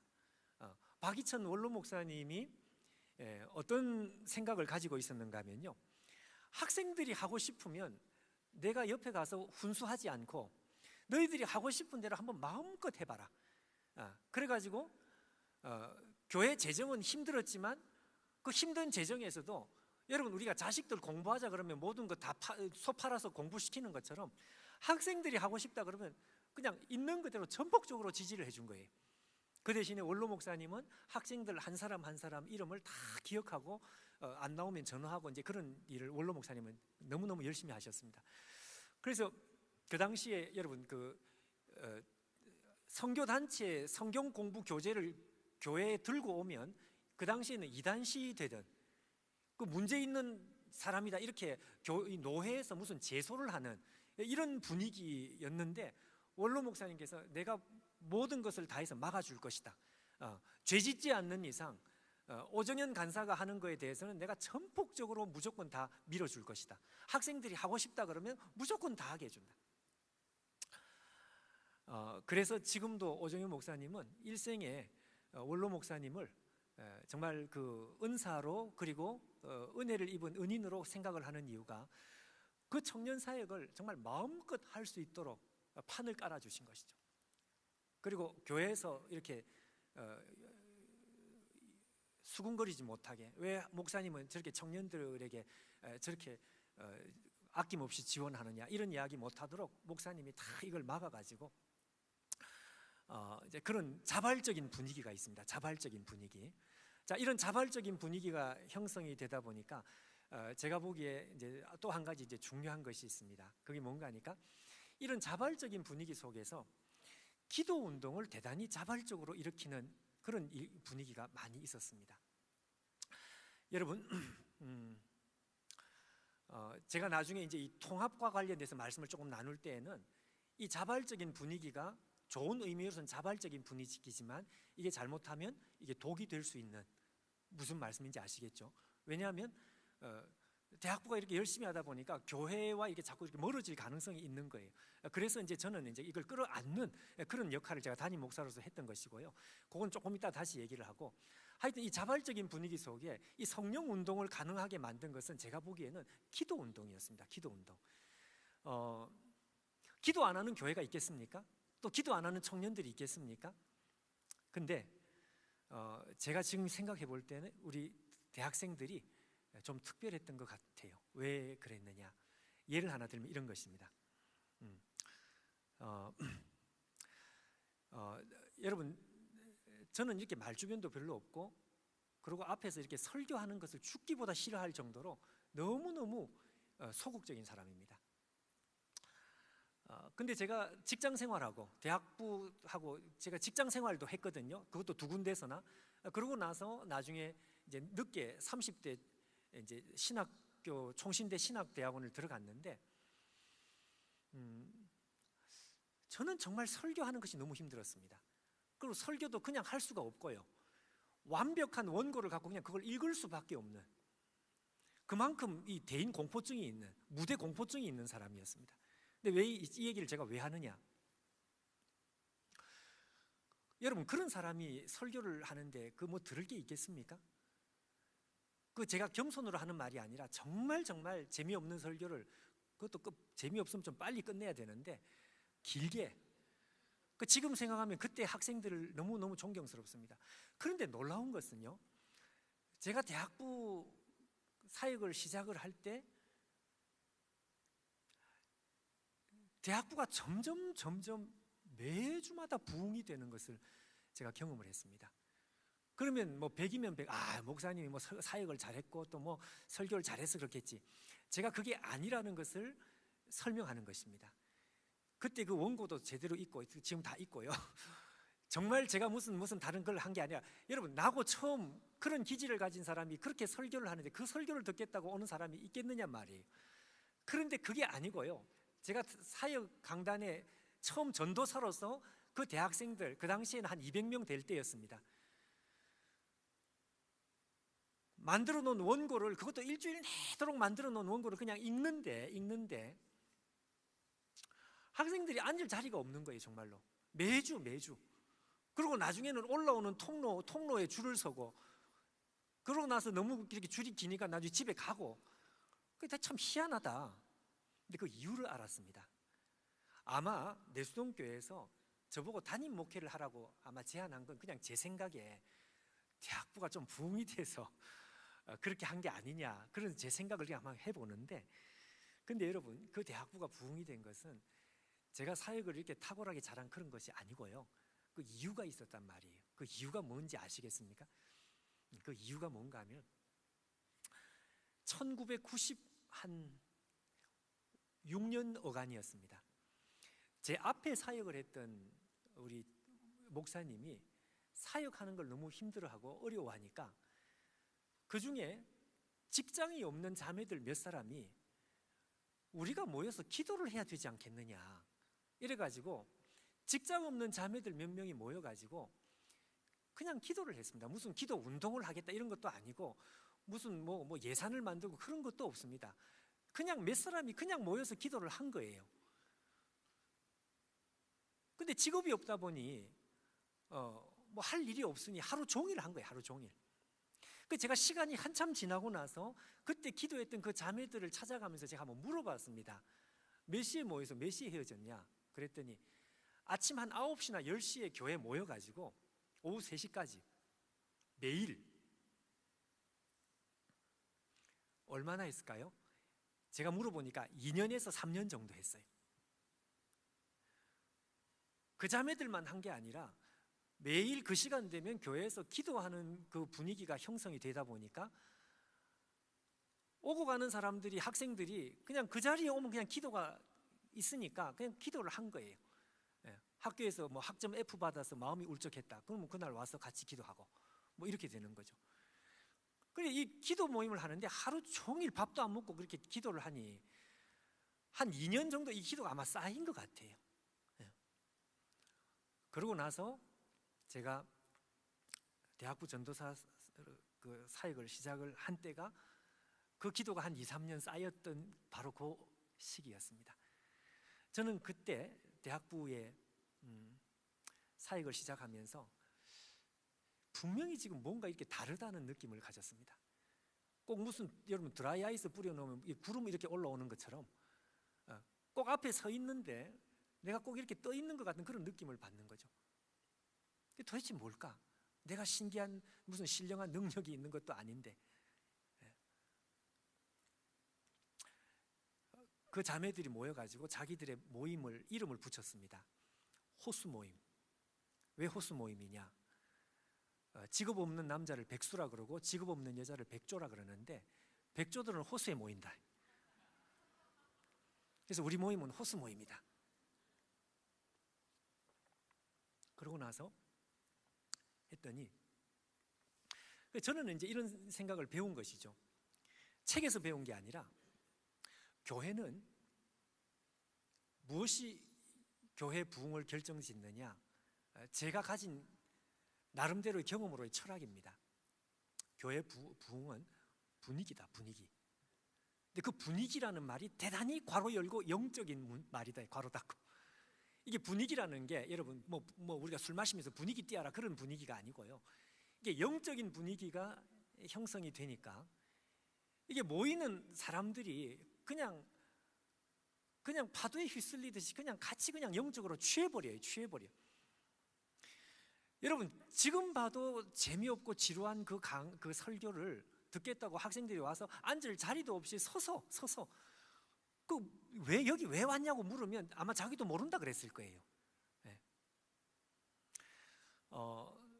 그래서 저는 정말 누구든지 할 수 있는 말이죠. 네.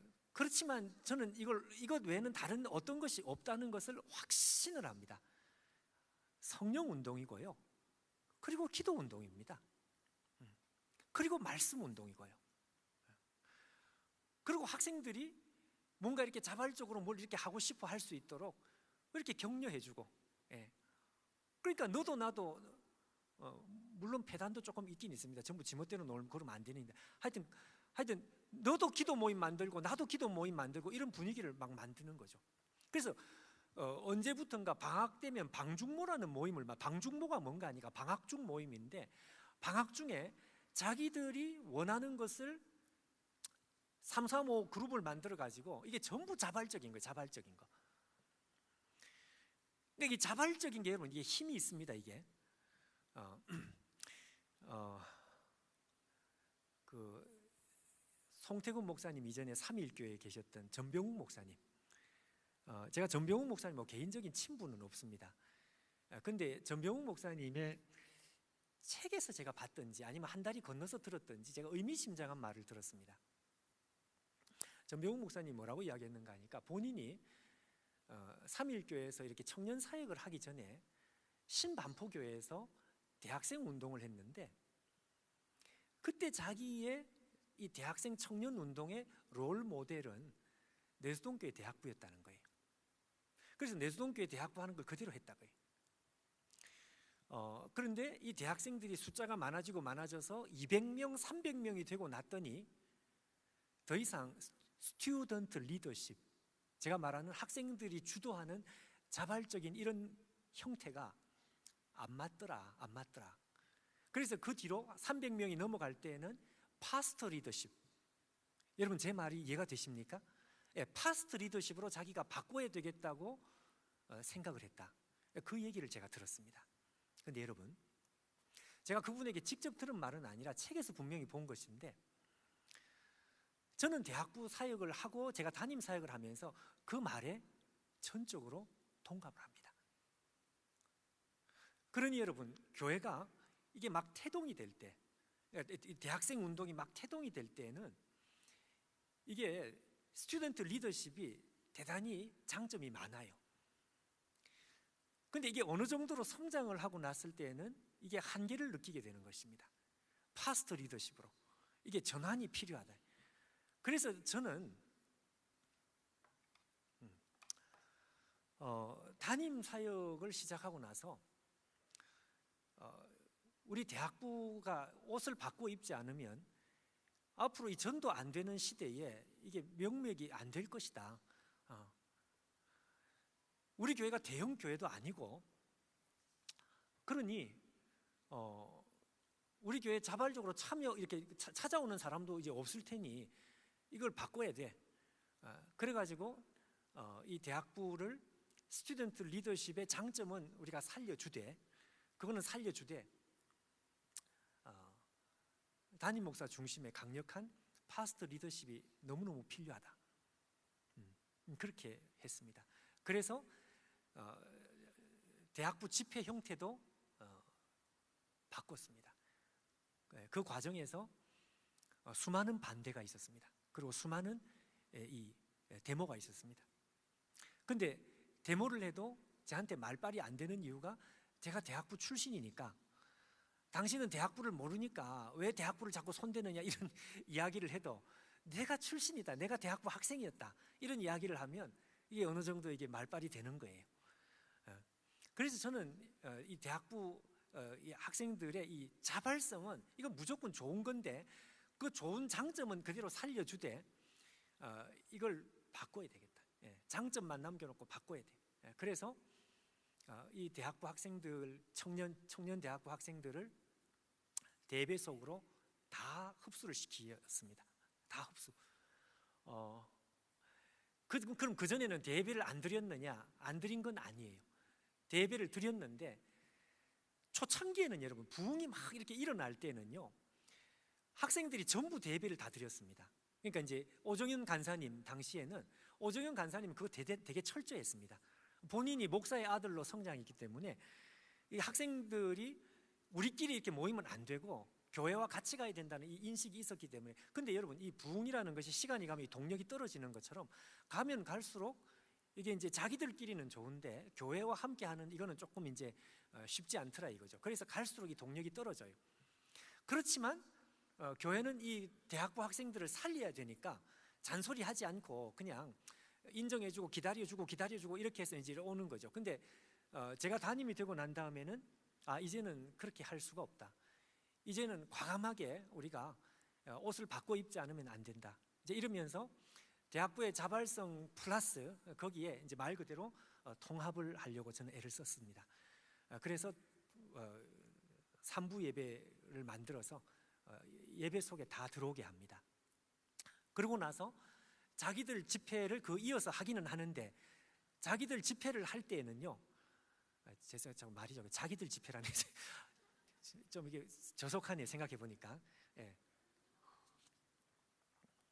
대학생들, 청년들 집회를 할 때는 예전에는 어떻게 했느냐? 예전에는 예배 형태로 집회를 했습니다. 예배 형태로. 근데 지금은 예배 형태로 하지 않고 대학생들에게 임팩트를 줄 수 있는, 사역자도 긴 설교를 하지 않고 짧은 메시지를 가지고 학생들의 약한 것을 이렇게 세워주는 집회 형태로 바꾼 것이죠. 그리고 소그룹 중심으로 바꾼 거죠. 자, 그 대신에 저 이제 이게 아주 여러분 이 자리에 아마 목회를 하시는 분들이 느끼는 가장 큰 어려움 중에 하나가 얘들을 독립을 시키자니 통합이 안 되고, 통합을 시키자니 동력이 떨어지고, 그 이제 우리 항상 이게 고민인데요. 제가 대학부 집회를 이렇게 예배 형태에서 훈련 집회로 바꾼 다음에는 좀 과감한 선택을 하나를 했습니다. 그게 뭔가 하니까, 여러분 금요일마다 다 우리 그 부흥 집회를 하죠. 금요일 뭡니까? 금요 기도회 내지는 뭐 금요 심야 기도회 뭐 이런 걸 하지 않습니까? 우리 교회는 지역 교회가 아닙니다, 여러분. 그래서 우리 교회 주위에서 오는 교인들은 별로 없습니다. 동서남북, 일산에서, 분당에서 뭐 이렇게 해서 교인들이 우리 교회가 서울 광화문 한 중심에 있다 보니까 거기 이제 딱 이렇게 모이다 보니까 주중에 집회하기가 참 힘이 들어요. 그리고 주중에 부흥회를 하기 어렵습니다. 그래서 저희들은 특별 새벽기도 때, 그때 이제 새벽기도도 좀 쉽지는 않죠. 하여튼 그러다 보니까 금요일 날 교인들이 예배 그 금요 기도에 참여할 수 있는 퍼센테이지가 어른들이 그렇게 높지 않습니다. 그래서 어른들이 그렇게 많이 지금 오는 상황이 아니니까 코로나 전부터 뭘 했는가 하면 본당을 청년들에게 다 내줘 버렸습니다. 본당을 청년들에게 내주고 어른들은 별실에 가서 정말 기도하고 싶은 사람들만 모이니까 어른들은 뜨겁게 기도하고 말 그대로 통성으로 기도하는 시간을 집중적으로 가지고, 그 대신에 본당에는 대학부와 청년들이 모아가지고 거기서 마음껏 집회를 할 수 있도록, 그리고 설교를 그때 뭐 1시간 한 2시간 그건 알아서 해라. 그 대신에 주일은 안 돼. 주일은 대배 중심으로 이게 모여야 돼. 이렇게 해서 이걸 이원화를 시켰더니 그때부터는 이제 좀 이게 형태를 좀 잡아가기 시작했습니다. 그래서 금요일 날에는 우리 청년 대학생들이 지금 다 오지는 않지만 이제 앞으로 좀 이렇게 우리가 푸시를 좀 많이 해서 거의 100%다 참석을 시켜서 금요일 시간에 청년 대학부의 이 부흥 집회를 하고, 주일은 소그룹 중심으로, 그 다음에 대예배 중심으로, 담임 목사의 설교를 중심으로 이렇게 함께 하는 것으로 일단 형태는 그렇게 바뀌게 되었습니다. 세대 통합이라고 할 때는 이제 바로 이 두 가지가 저는 반드시 같이 있어야 된다고 하는 생각 때문에요. 무조건 그냥 끌어모은다고 해서 이 어른들 모임 속에 무조건 오라고 해서 통폐합을 시킨다고 해서 이게 될 일이 아니다 하는 거죠. 그리고 그냥 간섭하지 않고 내버려 둔다고 해서 이것도 될 일이 아니다. 지금 이렇게 돌아보면은요, 대학부가 한순간 반짝하지 않고 그 역사가 계속 이렇게 이어올 수 있었던 가장 큰 이유 중에 하나가 대학부 안에서 사역자가 나온 것도 큰 역할을 한 것 같습니다. 왜 그런가 하니까 한 사역자가 사역을 해서 조금 사역을 잘했어.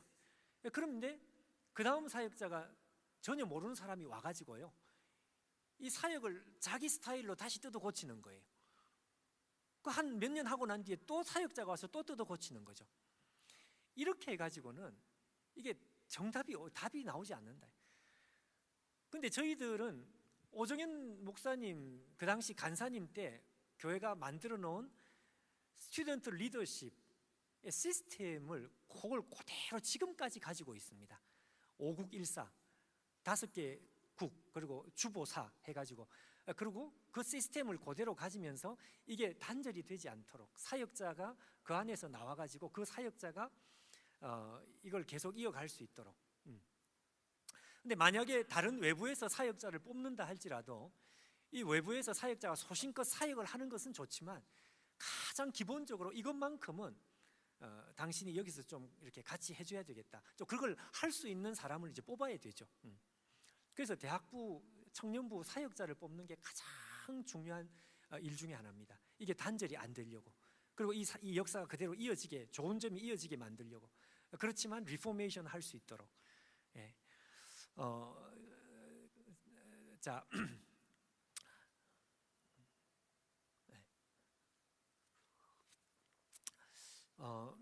제가 여러분 대학부 그 부흥이 성령운동과 이제 기도운동, 제가 이런 말씀을 했고요. 성령운동과 기도운동이 자발적인 분위기에서 일어나는 하나님의 축복이었다, 이제 이런 말씀을 제가 드리고 있는데, 한 가지 제가 꼭 강조하고 싶었던 것이 하나가 있습니다. 자, 그게 이제 뭔가 하니까 수련회 운동입니다. 수련회. 여러분, 우리 대학 청년들 가운데 수련회 안 하는 교회는 없죠. 자, 근데 저희 교회의 그 부흥의 동력이 무엇이었을까 한번 생각을 해보면, 이 여름 수련회하고 겨울 수련회가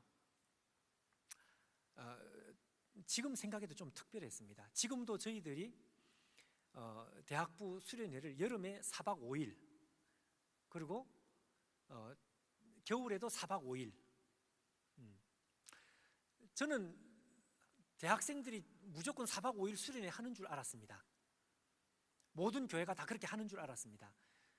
근데 제가 다른 교회 이렇게 집회를 이렇게 다니면서 청년들 설교를 하다 보니까 이틀 모으기도 참 힘들다는 것을 제가 많이 봤습니다. 지방에도 그랬고, 그래서 연휴를 끼우지 않으면, 그래서 제가 그 지난 여름에도 우리 교회는 그냥 4박 5일 무조건 하는데 5박 6일 하고 싶은데, 그랬더니 좀 놀래는 분위기였습니다. 여기는 잘 모르겠습니다. 제가 사정을 몰라서 하는 말인지 모르겠지만, 우리 합동 측 교회들 제가 다니면서 집회를 하다 보면, 이 4박 5일 모이는 것은 뭐 불가능하다 이러더라고. 학생들 안 온다, 안 온다. 근데 이제 이 전통이 좋은 게 그냥 무조건 하는 거다, 무조건. 예. 저는 요즘 보면 이 CCC가 참 좋은 것 같아요. 제가 CCC에 몸담은 건 아닌데, 거기는 지금도 그 전통을 따라서 금식 수련회를 하잖아요. 그러니까 요즘 학생들 뭐 굶으라 하면 안 굶는다고요. 근데 이게 전통이다, 이게 불문율이다 이러면 그냥 그렇게 따라 하잖아요. 그 CCC의 능력이라고. 지금 4박 5일도 마찬가지예요. 지금도 4박 5일입니다. 그래서 4박 5일 제가 여름 수련회 이렇게 가끔 한 번씩 강사를 하는데, 강사가 끝나고 나면 한 며칠 몸보신 해야 돼요. 너무너무 힘들어. 왜 그런가 하니까요, 4박 5일 수련회를 뭐 하는가 하니까 굉장히 심플합니다. 아침에 일어나면 뭐 프로그램이 하나도 없습니다. 아침에 일어나면 밥 먹는 거, 밥 먹고 나서 점심때까지 집회, 설교 한 2시간, 2시간 가까이 설교. 그러니까 강사들 오래 하라 그러면 좋아할 수도 있는데 너무 기니까 힘들어. 그러고 나서 점심 먹고 나서 낮잠 자고 소그룹을 모여서 성경 공부 잠깐 하고, 그럼 저녁 시간 밥 먹고 나서 또 집회. 그러니까 하루에 2번 집회하고 중간에 낮잠 자고. 그거 4박 5일입니다. 그러니까 한 4박 5일 하고 나면 기름때가 좀 빠지는 거죠. 근데 요즘 아이들 그거 싫어하는 것 같은데, 뭐 우리 그렇게 하는 거다라고 처음부터 그런 입력을 시켜놓으면 그냥 그렇게 따라서 합니다. 그래서 4박 5일 수련회가 이제 큰 역할인데요. 왜 그런가 하니까, 이 수련회 때 여러분 이 4박 5일 시간 올라가서 이렇게 한번 좀 속된 말로 삶아 놓으면 웬만하면 여러분 기름때 빠집니다. 그리고 이 수련회를 데리고 가려고 목숨을 걸고 학생들을 이렇게 데리고 가는데, 이 1년에 여름과 겨울에 2번 수련회를 하고 나면 1년이 그냥 후딱 지나갈 정도로 수련회에다가 그렇게 에너지를 많이 씁니다.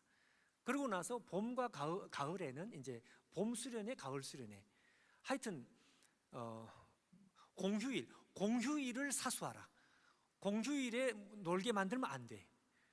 이게 이제 우리가 이 오정현 간사님 때부터 그 어디서 배웠느냐? 내비게이트에서 배웠죠. 내비게이트에서.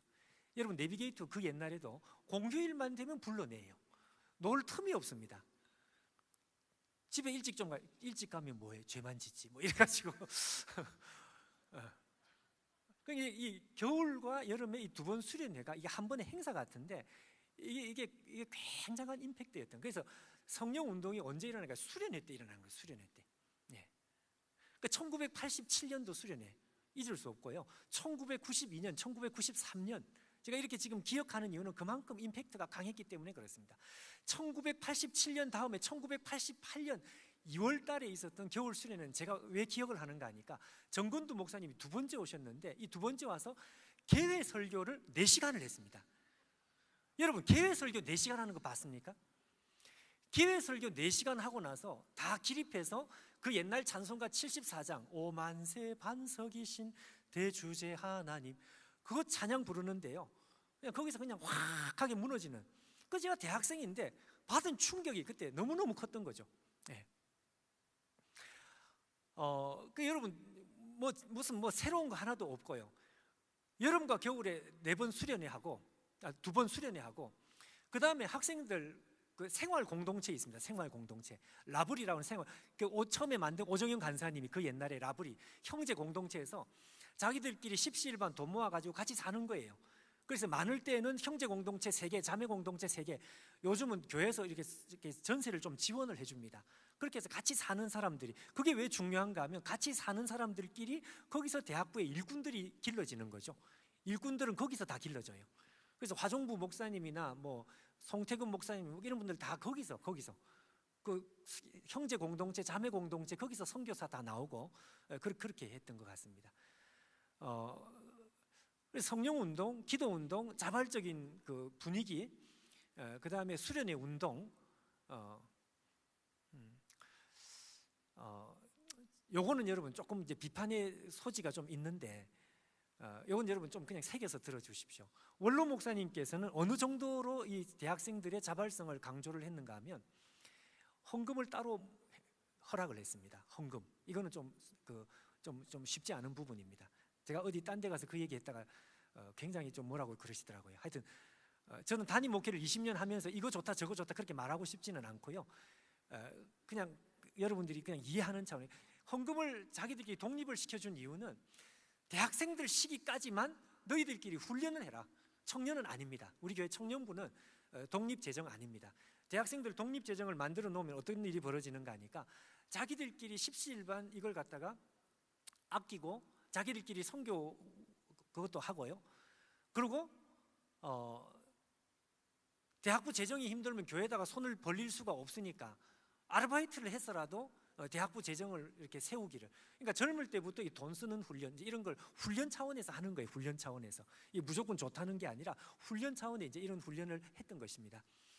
그러니까 이 정도로 어떤 그 자생력을 세우기 위해서, 자발성을 만들기 위해서 교회적으로 이제 배려를 하는, 배려 차원으로 여러분 이해를 해주시면 좋은데, 이제 대학부가 이제 이렇게 이제 해서 성장을 하고 해서 이게 이제 50명, 60명, 100명 이렇게 이제 그러니까 지역 교회가 그 당시에 450명이 교인이었다가 150명이 청년이었으니까 퍼센테이지는 상당히 많은 거죠. 예. 근데 저는 얼마든지 대형 교회 아닌 중소 교회에서도 얼마든지 우리 청년 운동이 얼마든지 일어날 수 있다. 그렇게 이제 저는 생각을 합니다. 그 당시 오정현 간사님은 대성학원에 재수하던 재수생이었습니다. 그 마음에 이제 열정이 많아가지고 그 열정이 많은 그 열정을 우리 원로 목사님이 이렇게 세워주신 거죠. 그 열정을 한번 이렇게 쏟아봐라 이러면서.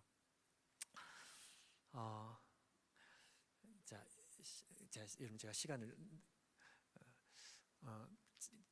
제가 담임 사역을 하고 난 뒤에 이제 이 통합을 하는 과정을 제가 좀 말씀을 좀 드리고 싶은데요.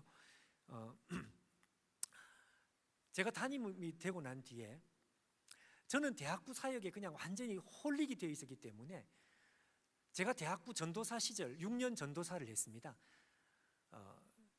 좀 죄송한 말이지만 교회가 어떻게 되는지 제가 잘 몰랐습니다. 그리고 그냥 옆에서 있어서 내망도 잘 모르고, 근데 제가 담임이 딱 되고 봤더니 대학부가 그렇게 좋고 대학부 사역이 그렇게 열심히 했지만 대학부와 교회가 너무 동떨어져 있다는 그런 느낌을 제가 이제 그제서야 받기 시작했습니다. 물론 초창기 때는 모든 예배 때마다 대학부가 다 참석을 하자는 이런 운동들이 있었는데 벌써 그 초창기 78년 제가 2000년 4년도에 담임을 했으니까 그 동력이 이렇게 약해지다 보니까 벌써 이제 대학부가 이렇게 이제 고착화되는 이제 이런 현상을 제가 선배로서 이제 보게 된 것이죠. 그래서 제가 담임이 딱 되고 났더니요, 어떤 생각이 드는가 하니까 내수동 교회가 저는 2개 같은 거예요. 2개. 어른들 교회가 있고 청년 교회가 있다, 이런 느낌을 제가 받았습니다. 야, 이거 희한하다. 여태까지는 그냥 교회가 하나인 줄 알았는데 이 교회가 지금 2개지 않느냐, 2개.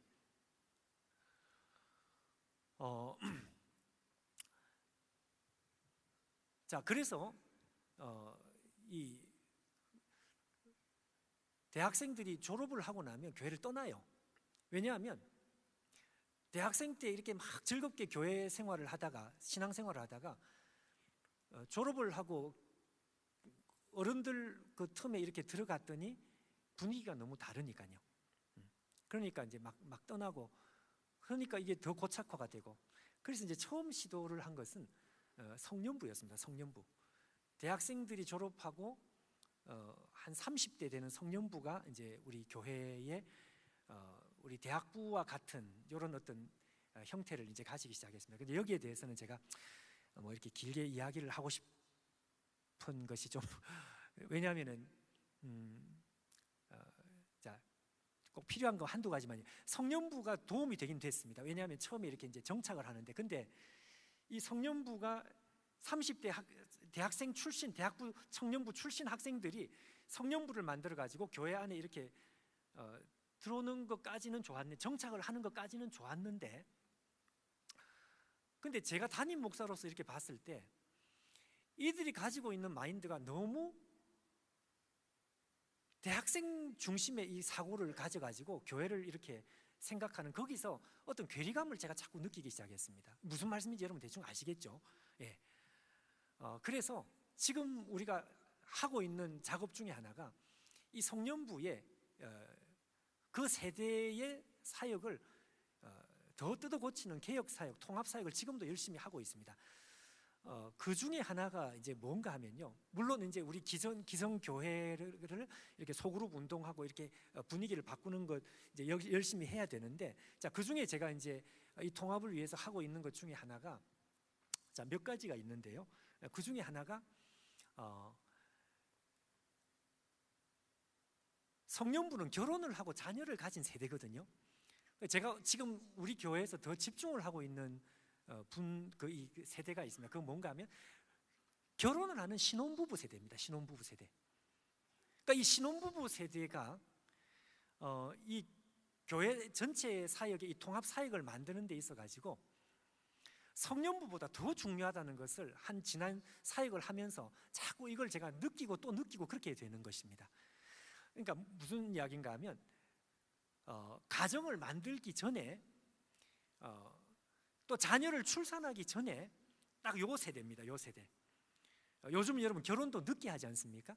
그러다 보니까 결혼을 늦게 하는데 그 결혼을 하는 요 세대가 굉장히 집중을 해야 되네. 왜 그런가 하니까 이 세대 바로 밑에 있는 청년들이 거기에 이렇게 딱 연결이 돼요. 왜냐하면 자기들의 이 일종의 바로 윗 선배들입니다. 바로 윗 선배들. 그러니까 이 청년과 대학생들이 교회 안에서 괴리감을 가지지 않고 이게 좀 접촉이 될 수 있는 것은 성년부 세대하고는 좀 이게 멀어요. 또 출산을 하기 직전에 요 세대에 우리가 집중을 하지 않으면은 이 사람들이 이렇게 교회 속에 목회 철학을 가지고 이걸 양육을 해놓지를 않으면은 성년부 돼서 애를 놓고 할 때 벌써 늦어버리더라는 것입니다. 늦어버리더라. 그러니까 애를 출산을 하고 났더니 그 다음엔 대화할 시간도 없고 양육을 할 시간도 없고 정신없이 그냥 이렇게 애가 조금 클 때까지는 어떻게 양육하기가 참 어려운.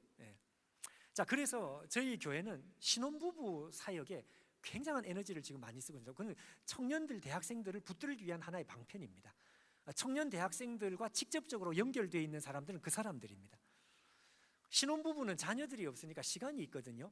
그리고 애를 놓을 때까지 적어도 한 2, 3년 시간이 있습니다. 바로 애를 안 가지니까요.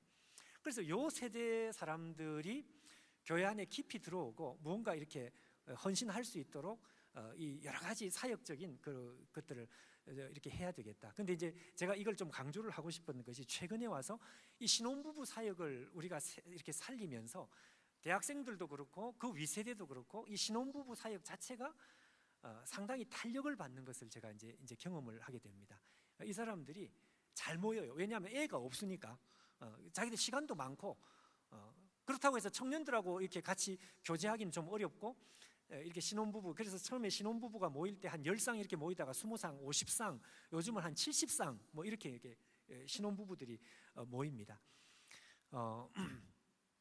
자, 거기에 좀 집중을 하다 보니 이게 아래 윗 세대가 이렇게 이제 좀 결합이 되는 이런 걸 느끼게 되고요.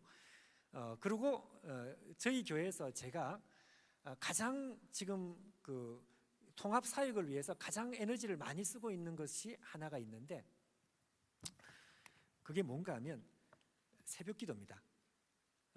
여러분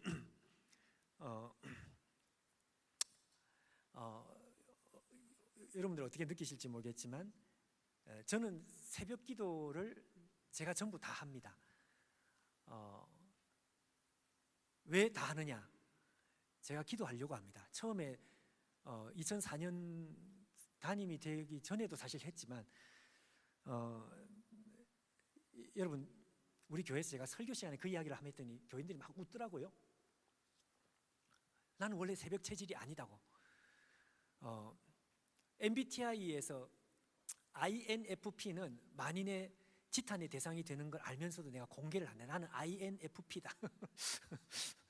INFP는 야간 체질이에요. 야간 체질. 근데 야간 체질인데 제가 새벽 기도를 하는 이유는 아무리 몸부림을 쳐도 새벽에 기도를 안 하니까 기도를 안 하게 되더라. 목사인데 기도를 안 하게 되더라. 그래서 내가 기도를 안 하고서는 사역을 할 수가 없으니 내가 다른 모든 것을 다 제껴 놓더라도 나는 무조건 새벽에 기도를 안 하고서는 안 돼. 그래서 내가 새벽 기도를 전부 다 하기로 처음부터 결심을 했습니다. 근데 우리 교회는 지역 교회가 아니거든요. 지역 교회가 아니다 보니까 새벽에 사람들이 올 수가 없고 그리고 스트레스를 줄 수가 없어요. 새벽에 1시간 동안 여기 차 타고 와서 새벽 기도 하라고 할 수 있겠습니까? 그러니까 스트레스는 안 주고 올 수 있는 사람은 그냥 오시든지, 그리고 한 10명 정도 데리고 새벽 기도를 하는데 항상 제가 했습니다. 제가. 근데 여러분 우리 최근에 우리 전염병 갑자기 전염병 이름까지 시간 전염병 이름까지 생각이 안 나. 코로나.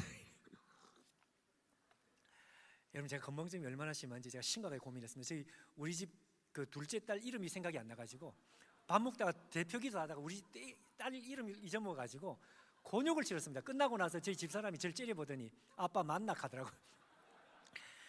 여러분 코로나 시대에 와가지고 제가 정말 그제 다들 코로나 때문에 고통스러워하는데 정말 제가 너무너무 하나님께 감사했던 게, 아니 세상에 실시간 새벽기도 그 송출된다는 이게 도대체 이게 뭐냐, 이게 얼마나 좋은 거냐.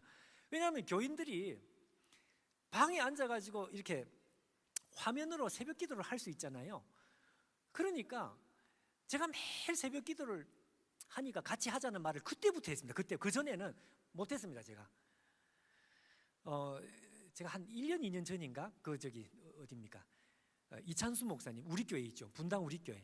이찬수 목사님을 개인적으로 이렇게 만난 자리에서 이찬수 목사님 저한테 무슨 얘기를 하는가 하면 저보고 그러더라고요. 목사님, 교회 건축할 필요 없어요. 그래서 왜 그런가 했더니 교인들 와서 목사 얼굴 보는 게 아니라 전부 화면 보고 앉아 있다. 화면. 여기 있어도 전부 화면 본다 이거죠. 화면. 그래서 제가 그렇구나 그러고 말았습니다. 근데 집에서 실시간으로 새벽 기도를 하는 우리 권사님들이 너무너무 좋다 그랬어요. 코로나가 좋다는 건 아니지만 그래가지고 그때부터 제가 강력하게 전부 다 새벽 기도하자. 그래서 지금 뭐 제가 이렇게 막 자랑할 그런 뭐 단계는 아니라서 여러분에게 부끄럽지만 그래도 하루에 여러분 제가 보니까 한 3분의 1 정도는 접속을 하는 것 같아요. 물론 그 본당에 오는 분들도 10명에서 한 50명은 된 것 같습니다.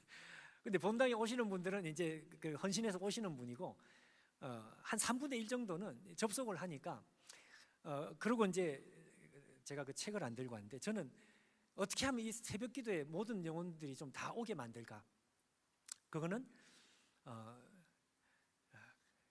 그래서 여러분 어떻게 들릴지 모르겠는데 제가 3달치 새벽 설교 본문 설교 요약문을 3달치를 미리 책을 만들어 가지고 그걸 배포를 했습니다. 그러니까 교인들이 다음 날 아침에 탁 열면 오늘 설교할 내용이 대충 나오는 거죠. 물론 이제 제가 그걸 살을 붙여서 이제 설교를 하는데 그걸 왜 만들었느냐? 교회에서 안식월을 한 2-3달을 주셔가지고 제주도 가서 실컷 놀 수 있을 줄 알았는데 할 일이 없어요.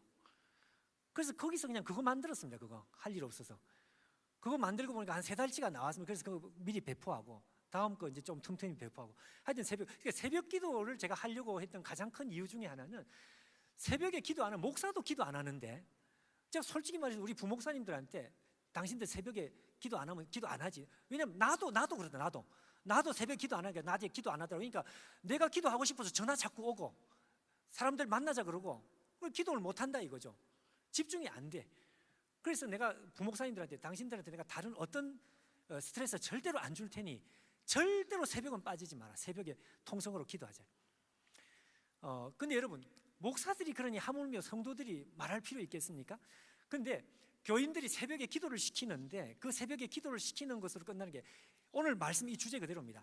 제가 볼 때에 가장 중요한 통합 사역의 핵심은 이 새벽에 나누는 메시지의 공유라고 생각을 합니다. 제가 교재를 만든 이유도 있습니다. 그 교재를 만들어 가지고 사람들이 오늘 아침에 들은 말씀을 가지고 부모하고 자녀와 같이 공유를 해야 돼요. 그러니까 한 자리에 이 사람들을 모아놓는다고 이게 해결이 되는 게 아니라 영적인 공유가 돼야 되는데, 제가 이제 이 교재를 가지고 그 다음에 해야 될 일이 뭔가 하면 똑같은 교재를 가지고 아이들 교재를, 이 메시지를 하나 끌어내 가지고 아이들 교재까지 만들 수 있습니다. 어른 교재만 만들면. 자, 그러면 아이들하고 다 같이 새벽에 기도하는 거죠. 자, 설사 새벽에 나는 추구도 못한다 그러면 낮에라도 할 수 있습니다. 이래가지고 우리가 처음에 제가 말씀한 대로 이 통합목회라고 하는 것이 물리적인 공간이 무슨 부서를 통폐합한다고 이 통합목회가 되는 게 제일 중요한 건 메시지 아닙니까? 이런 메시지. 담임 목사가 함께 나누는 이 메시지가 함께 공유가 되는데, 물론 주일 메시지가 있죠. 근데 주일 메시지 정도 가지고 우리 일주일간을 우리가 다 이걸 커버할 수 있는 것이 안 되기 때문에 우리가 수요일도 모이고 이렇게 하는데, 새벽에 할 수 있으면 짧게 나누는 메시지가 우리 전 교인들에게 같이 공유된다면, 여러분, 그것보다 더 확실한 통합 목회가 어디 있습니까? 이 교회 본질하고 가장 가깝지 않겠느냐 이 생각인데, 자, 이제 문제는 여러분, 매일 새벽마다 어떻게 매일 그 새벽에 설교를 준비를 하느냐. 저는 우리 원로 목사님한테 처음에 그걸 배웠습니다. 뭘 배웠는가 하면, 우리 원로 목사님은 예장 합동교단의 설교 짧게 하기로 유명한 목사님입니다. 그 제가 처음에 새벽 기도할 때 저는 무조건 5분 합니다. 5분 설교 5분 합니다. 근데 5분 그러니까 이 뭔가 하니까, 여러분, 설교에 무슨 다른 걸 만드는 게 아니라 짧은 시간에 딱 하나 메시지를 가지고 그냥 던지고 같이 기도를 하는 거예요. 그건 할 수 있거든요. 설교를 잘하고 못하고, 여러분, 새벽에는 설교를 잘하고 못하고 그런 것도 필요 없습니다. 하나님 주시는 메시지 딱 하나를 가지고 정확하게 우리가 던지고 같이 기도하면 되는 거예요. 사람들도 그걸 더 원할걸요, 아마. 새벽에 긴 설교 듣는 것보다. 그래서 저는 그렇게 출발을 했는데, 이게 이제 횟수가 이게 한 20년 되다 보니까 이게 좀 붙어가지고 새벽에 5분 한다고 시작을 했는데 한 15분, 20분은 합니다. 한 20분 정도 메시지를 이렇게 나누는데요. 자, 저는 누구든지 이제 그거 할 수 있다. 그래서 지금 내수동교회에서 가장 집중하는 것은 이 새벽에 함께 짧게 나누는 이 메시지를 가지고 온 교인들이 같이 공유하는 것입니다. 그 다음 세대들이 공유하는 것입니다. 자, 끝날 시간 다 됐죠? 11시네. 11시 끝내야 되는데. 자, 그래서 제가 지금 하고 있는 것, 이제 우리 통합을 위해서 하고 있는 것, 제가 몇 가지를 이제 소개를 드리면서, 자, 청년대학부는 제가 한 20년 고민을 했습니다. 너무너무 고민. 그리고 제가 대학부와 청년부가 이전에 1세대부터 부흥하던 시기도 제가 다 경험을 해보고 난 뒤에 정말 고민을 많이 하고 나서 지금 내리는 결론이 뭔가 하니까, 청년 대학생들은 반드시 여러분, 교회 안에서 흡수를 해야 한다. 담임 목사를 중심으로 흡수를 하되 그들이 자생력을 가질 수 있도록 우리가 최대한 배려를 해주는 것은 좋습니다. 배려를 해주고 너희들끼리 열심히 한번 잘해. 그렇지만 너희들이 있어야 할 제자리에 있기는 있어야 돼. 너희들이 있어야 할 자리는 뭔가 하니까, 교회 울타리 속에 우리가 같이 커야 돼. 같이.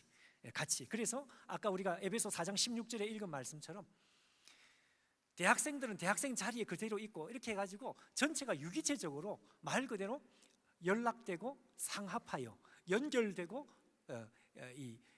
교통이 되어서 교회가 건강해지고 한 목자의 메시지를 통해서 건강해질 때, 여러분, 그때 교회가 자연스럽게 영적으로 부드러워지고 뜨거워지고 그리고 부흥되고 그렇게 될 줄 믿습니다. 저희 교회가, 제가 사역을 시작할 때 교회가 좀 힘들었습니다. 원로 목사님 퇴임하시고 한 5년 동안 교회가 많이 힘들어서 아마 저같이 참 경험도 없는 사람을 담임 목사로 이렇게 세운 것 같은데 어떻게 하든지 참 다른 어떤 것이 없이 성경 말씀 그대로 건강한 교회를 향해서 조금씩 걸어가다 보니까 교회가 이미 이전과 달리 성장도 하고 부흥도 하고 그래서 참 하나님께 감사하고요. 앞으로 다른 어떤 것보다 더 이렇게 교회가 본질에 적합하게 세대 통합 목회는 그런 의미에서 본질이다 이거죠. 본질. 그래서 교회를